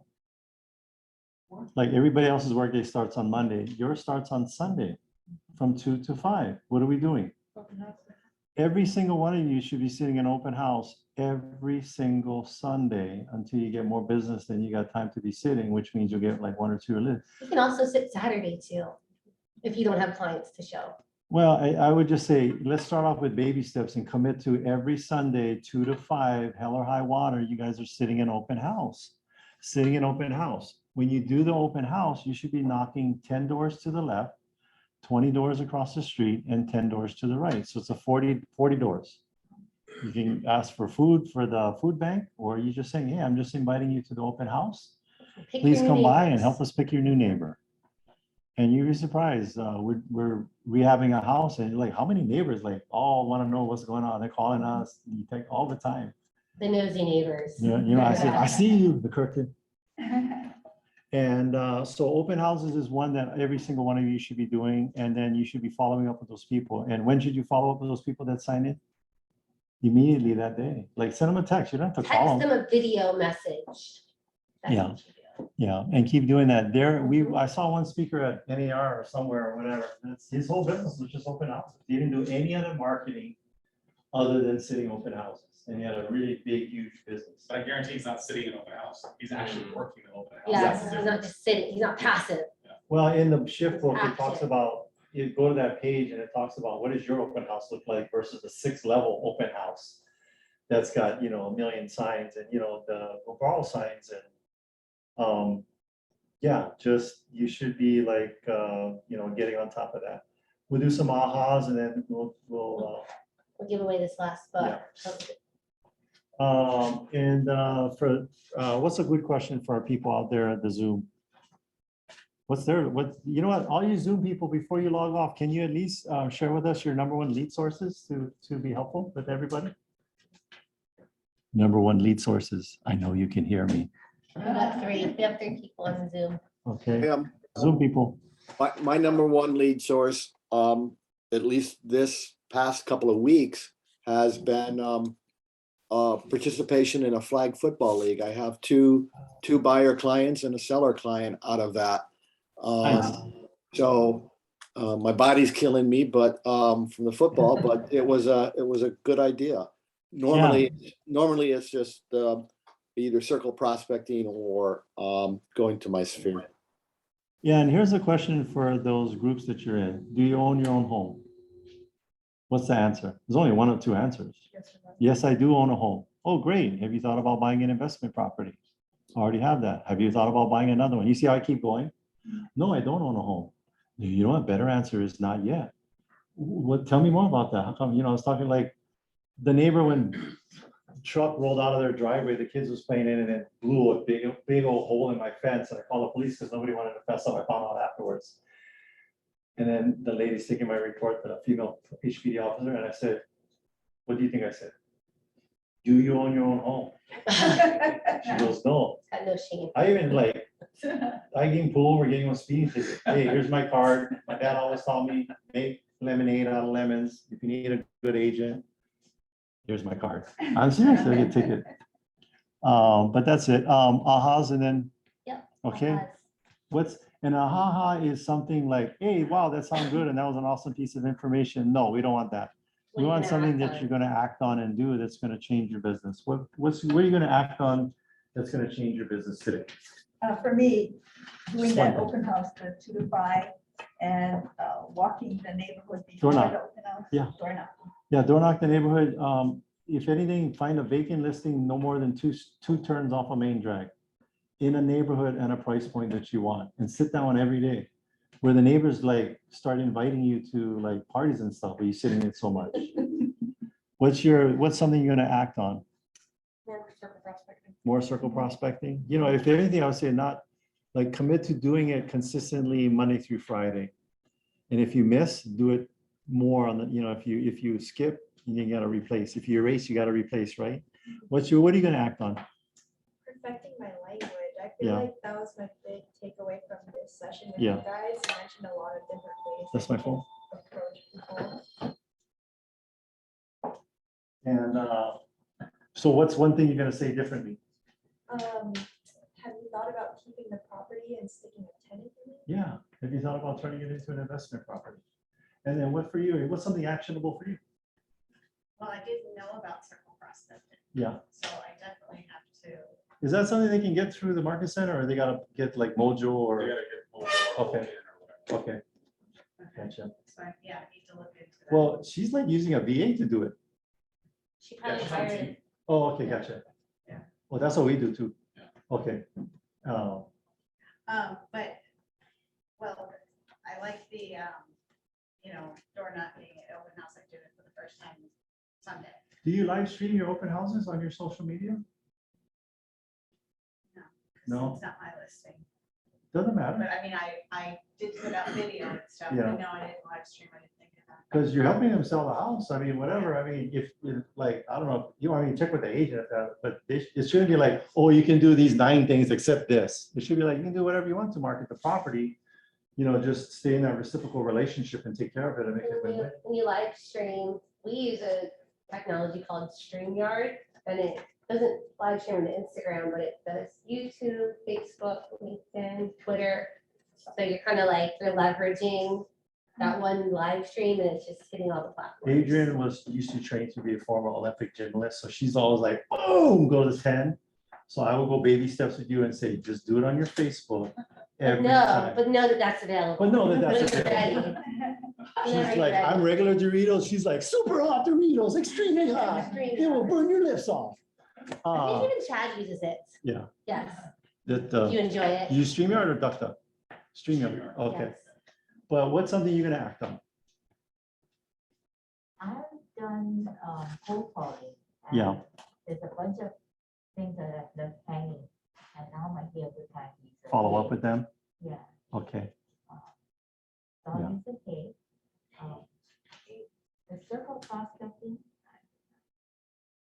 I'll consider that. yeah, I mean, you gotta subscribe to the service and do it, but a lot of it is, I would say, you know what, you can start circle prospecting as soon as you get into a regular schedule of your sphere of influence. Once you're done with that, and you keep adding into it, and technically you shouldn't, because you keep going and going and going and following and touching and touching and touching, then you can move on to that stuff. And then what's something actionable for you? Pretty common answer so far, but Yeah. probably learning more about circle prospecting and starting to sit in on open houses Yeah. while I work my spirit. of Yeah. Starting out. And then I want you guys to focus on stuff that doesn't cost money, because that's, Gary's about cut costs, and Do more with less. more, if you do more of the basics that don't cost money, you will make more money than, because again, it's so that, that's what she's doing. She's on a team. But for you else as individuals, I'm hesitant to have you acquiring a lot of overhead right out of the get-go when you don't have anything in the pipe, because you can get stuff in the pipe without spending any money. I got 10, 11 listings just looking at the newspaper proposal section. I spent 0 money. Well, I sent them a letter that postage, but my budget was hardly anything. And I think I closed I had 11 listings at my brokerage, and I asked the broker, how many listings this whole brokerage got? He's like, 20. Wait, me by myself, I got half the listings for this whole brokerage? So when it came time to sign off for me to go to Remax, he's like, yeah, Atillio, you've outgrown it, outstripped us, you gotta go, and he was really good about it. So God bless Alan Farney, if you ever run across him, he's really good people. What would be your action item? Door knocking at open houses. Door knocking open houses, and hey, we're doing a food drive, or I used to do it, by the way, I'll give you some tips. I door knocked cable TV and aluminum siding in college in Tucson, Arizona. It was 118 degrees from Hawaii. And then everybody trying to speak Spanish to me. I'm like, hable español. Cable, that's even for cable. Cable. And then I would say, oh, you got some food on your face. And then they go like that. I'm like, you speak English. I've been bit by dogs, all that good stuff. Bring that clipboard with you, get a metal one. It's a good one to the dogs on the nose. The man bit, and that, rattle the fences, if they got fans. Hello. And then I go inside the gate. Leave the gate open in case you need to run out, I put it behind you. But the easy ones is with a doorbell, and if they say no soliciting, I'm like, boom, because these people don't know how to say no. They got out on sign that says no soliciting. There's no laws against it, except on base. You cannot go door knocking on bases, and other than that, somebody may get pissed off with you, but don't have that mindset. It's like, I'm here to invite you to the open house. You know, I just ripped open this fresh bag of Oreo cookies. You should be happy to come to my open house. No, it just, hey, I'm inviting you to my open house. Will you come by? And if you do that over and over, people are like, wait, my realtor, when they went to sell my house, they didn't door knock all the neighbors around my place. I should hire you because I'm thinking about selling. You'd be surprised how many listings we got that way. It's technically not considered soliciting if you're just like, hey, come to my open house. There you go. You're invited. I'm not, what are you selling? Not anything, just inviting you to an open house, take it easy. Okay. Yeah, well, there you go, that's a good one. And, yeah, because people say, what are you selling? I'm like, no, I'm just inviting you to an open house. When you say open house, is that a house that's listed already? Yeah, that's listed for sale sign in the front, and then, You yeah. call the realtor and offer. you can do what her mom did. She just went and put a sign in front of her own house. My mom did do that. Yeah. Yeah, the right This price was comes like along, in right? the, this was like early 80s, so, you know, before the internet. Yeah. She was But quite anyway, we creative. hope that. Did she get offers? I don't She's know. generating leads. She just generating leads. You know, any open house past the. Different first open generation. Is not selling the house. I'll say that again, and I tell sellers, you know, if we do another open, we just do one big one. Because we have enough agents and we're getting new listings where it's always grand opening, open. So we're not sitting like all the time. Because we tell our client, we're upfront with our client, any open house past the first one is just lead generation for us. I mean, we might get the seller for you, but we're more like managing evidence, and there's the NAR statistics, only 3% of homes are sold by an open house. All of it is through an agent So actively now doing less than something. 1%. Yeah, it's still tiny. I have a question about open house signs. Yeah, And I've heard somebody say that it's a good idea to post an open house sign on abandoned property, so that the owner of that abandoned property will call you. yeah. What do you think about that? I don't know. Do they own Might guns be or like anything? No. trespassing. Like if they get, they might be litigious. I mean, I, you know what, I would say, don't do it, because there's so many other ways to do it without that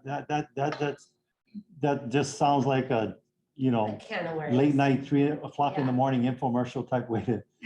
And yeah, I would just, do we have tons and tons of listings vacant listings that agents, you know, There's a lot of availability. Yeah. So we're not short on that at all. yeah.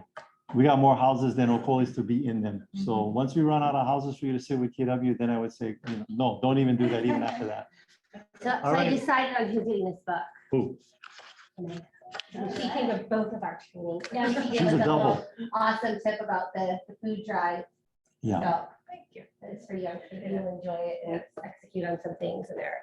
And then you will share. at the It's next- a communications major, so. Oh, so that's right. Yeah. You're gonna love it. The last thing I want you guys to write down, 110 and 1, 110 and 1. Write this down, 110 and 1, 110 and 1. And Adrienne, what is that? It's 100 dials or 10 contacts or 1 appointment. That should be your goal every day. 100 dials or, Every day? Every day. 100 dials or, well, if you guys are gonna get that circle dialing thing, you can circle dial 100 numbers really quick with an auto dialer. Yeah, so, I love your, that you talked about the KWSP, the 10 pennies. oh, yeah, Have the visual. yeah, so tell everybody, what was that? So pretty much he has 10 pennies on his desk, and every time he makes a contact, he moves 1 penny over. So it's a visual to show how many more he has to go. Yeah, well, now I'm a big baller, so I have 10 golden eagle coins. No, it's still 10 pennies. Yeah, so just really, you know, it's what I got from these 2 sections. This is my big takeaway. It's just the simple basic stuff that doesn't cost you any money. What Gary is saying, you just got to get back to the basics. And Do it guess what? If you stick with the basics, then you don't care if the market shifts or not, because you're always busy. Adrienne and I, we've been busy through all the markets because we just stick with the basics. You know, our agents, 100 dials, 10 contacts, 1 appointment. So right now, our big initiative is reducing the friction, simplifying. Yeah. Because there's like, it's so easy to get wrapped up and get all these extra steps and things that, you know, could cause complications or, you know, challenges. So, yeah, I mean, just keeping it simple. And answer your phones. That's it. All right, thanks, everybody. Thank you Thank you. guys. Very helpful. It's fun.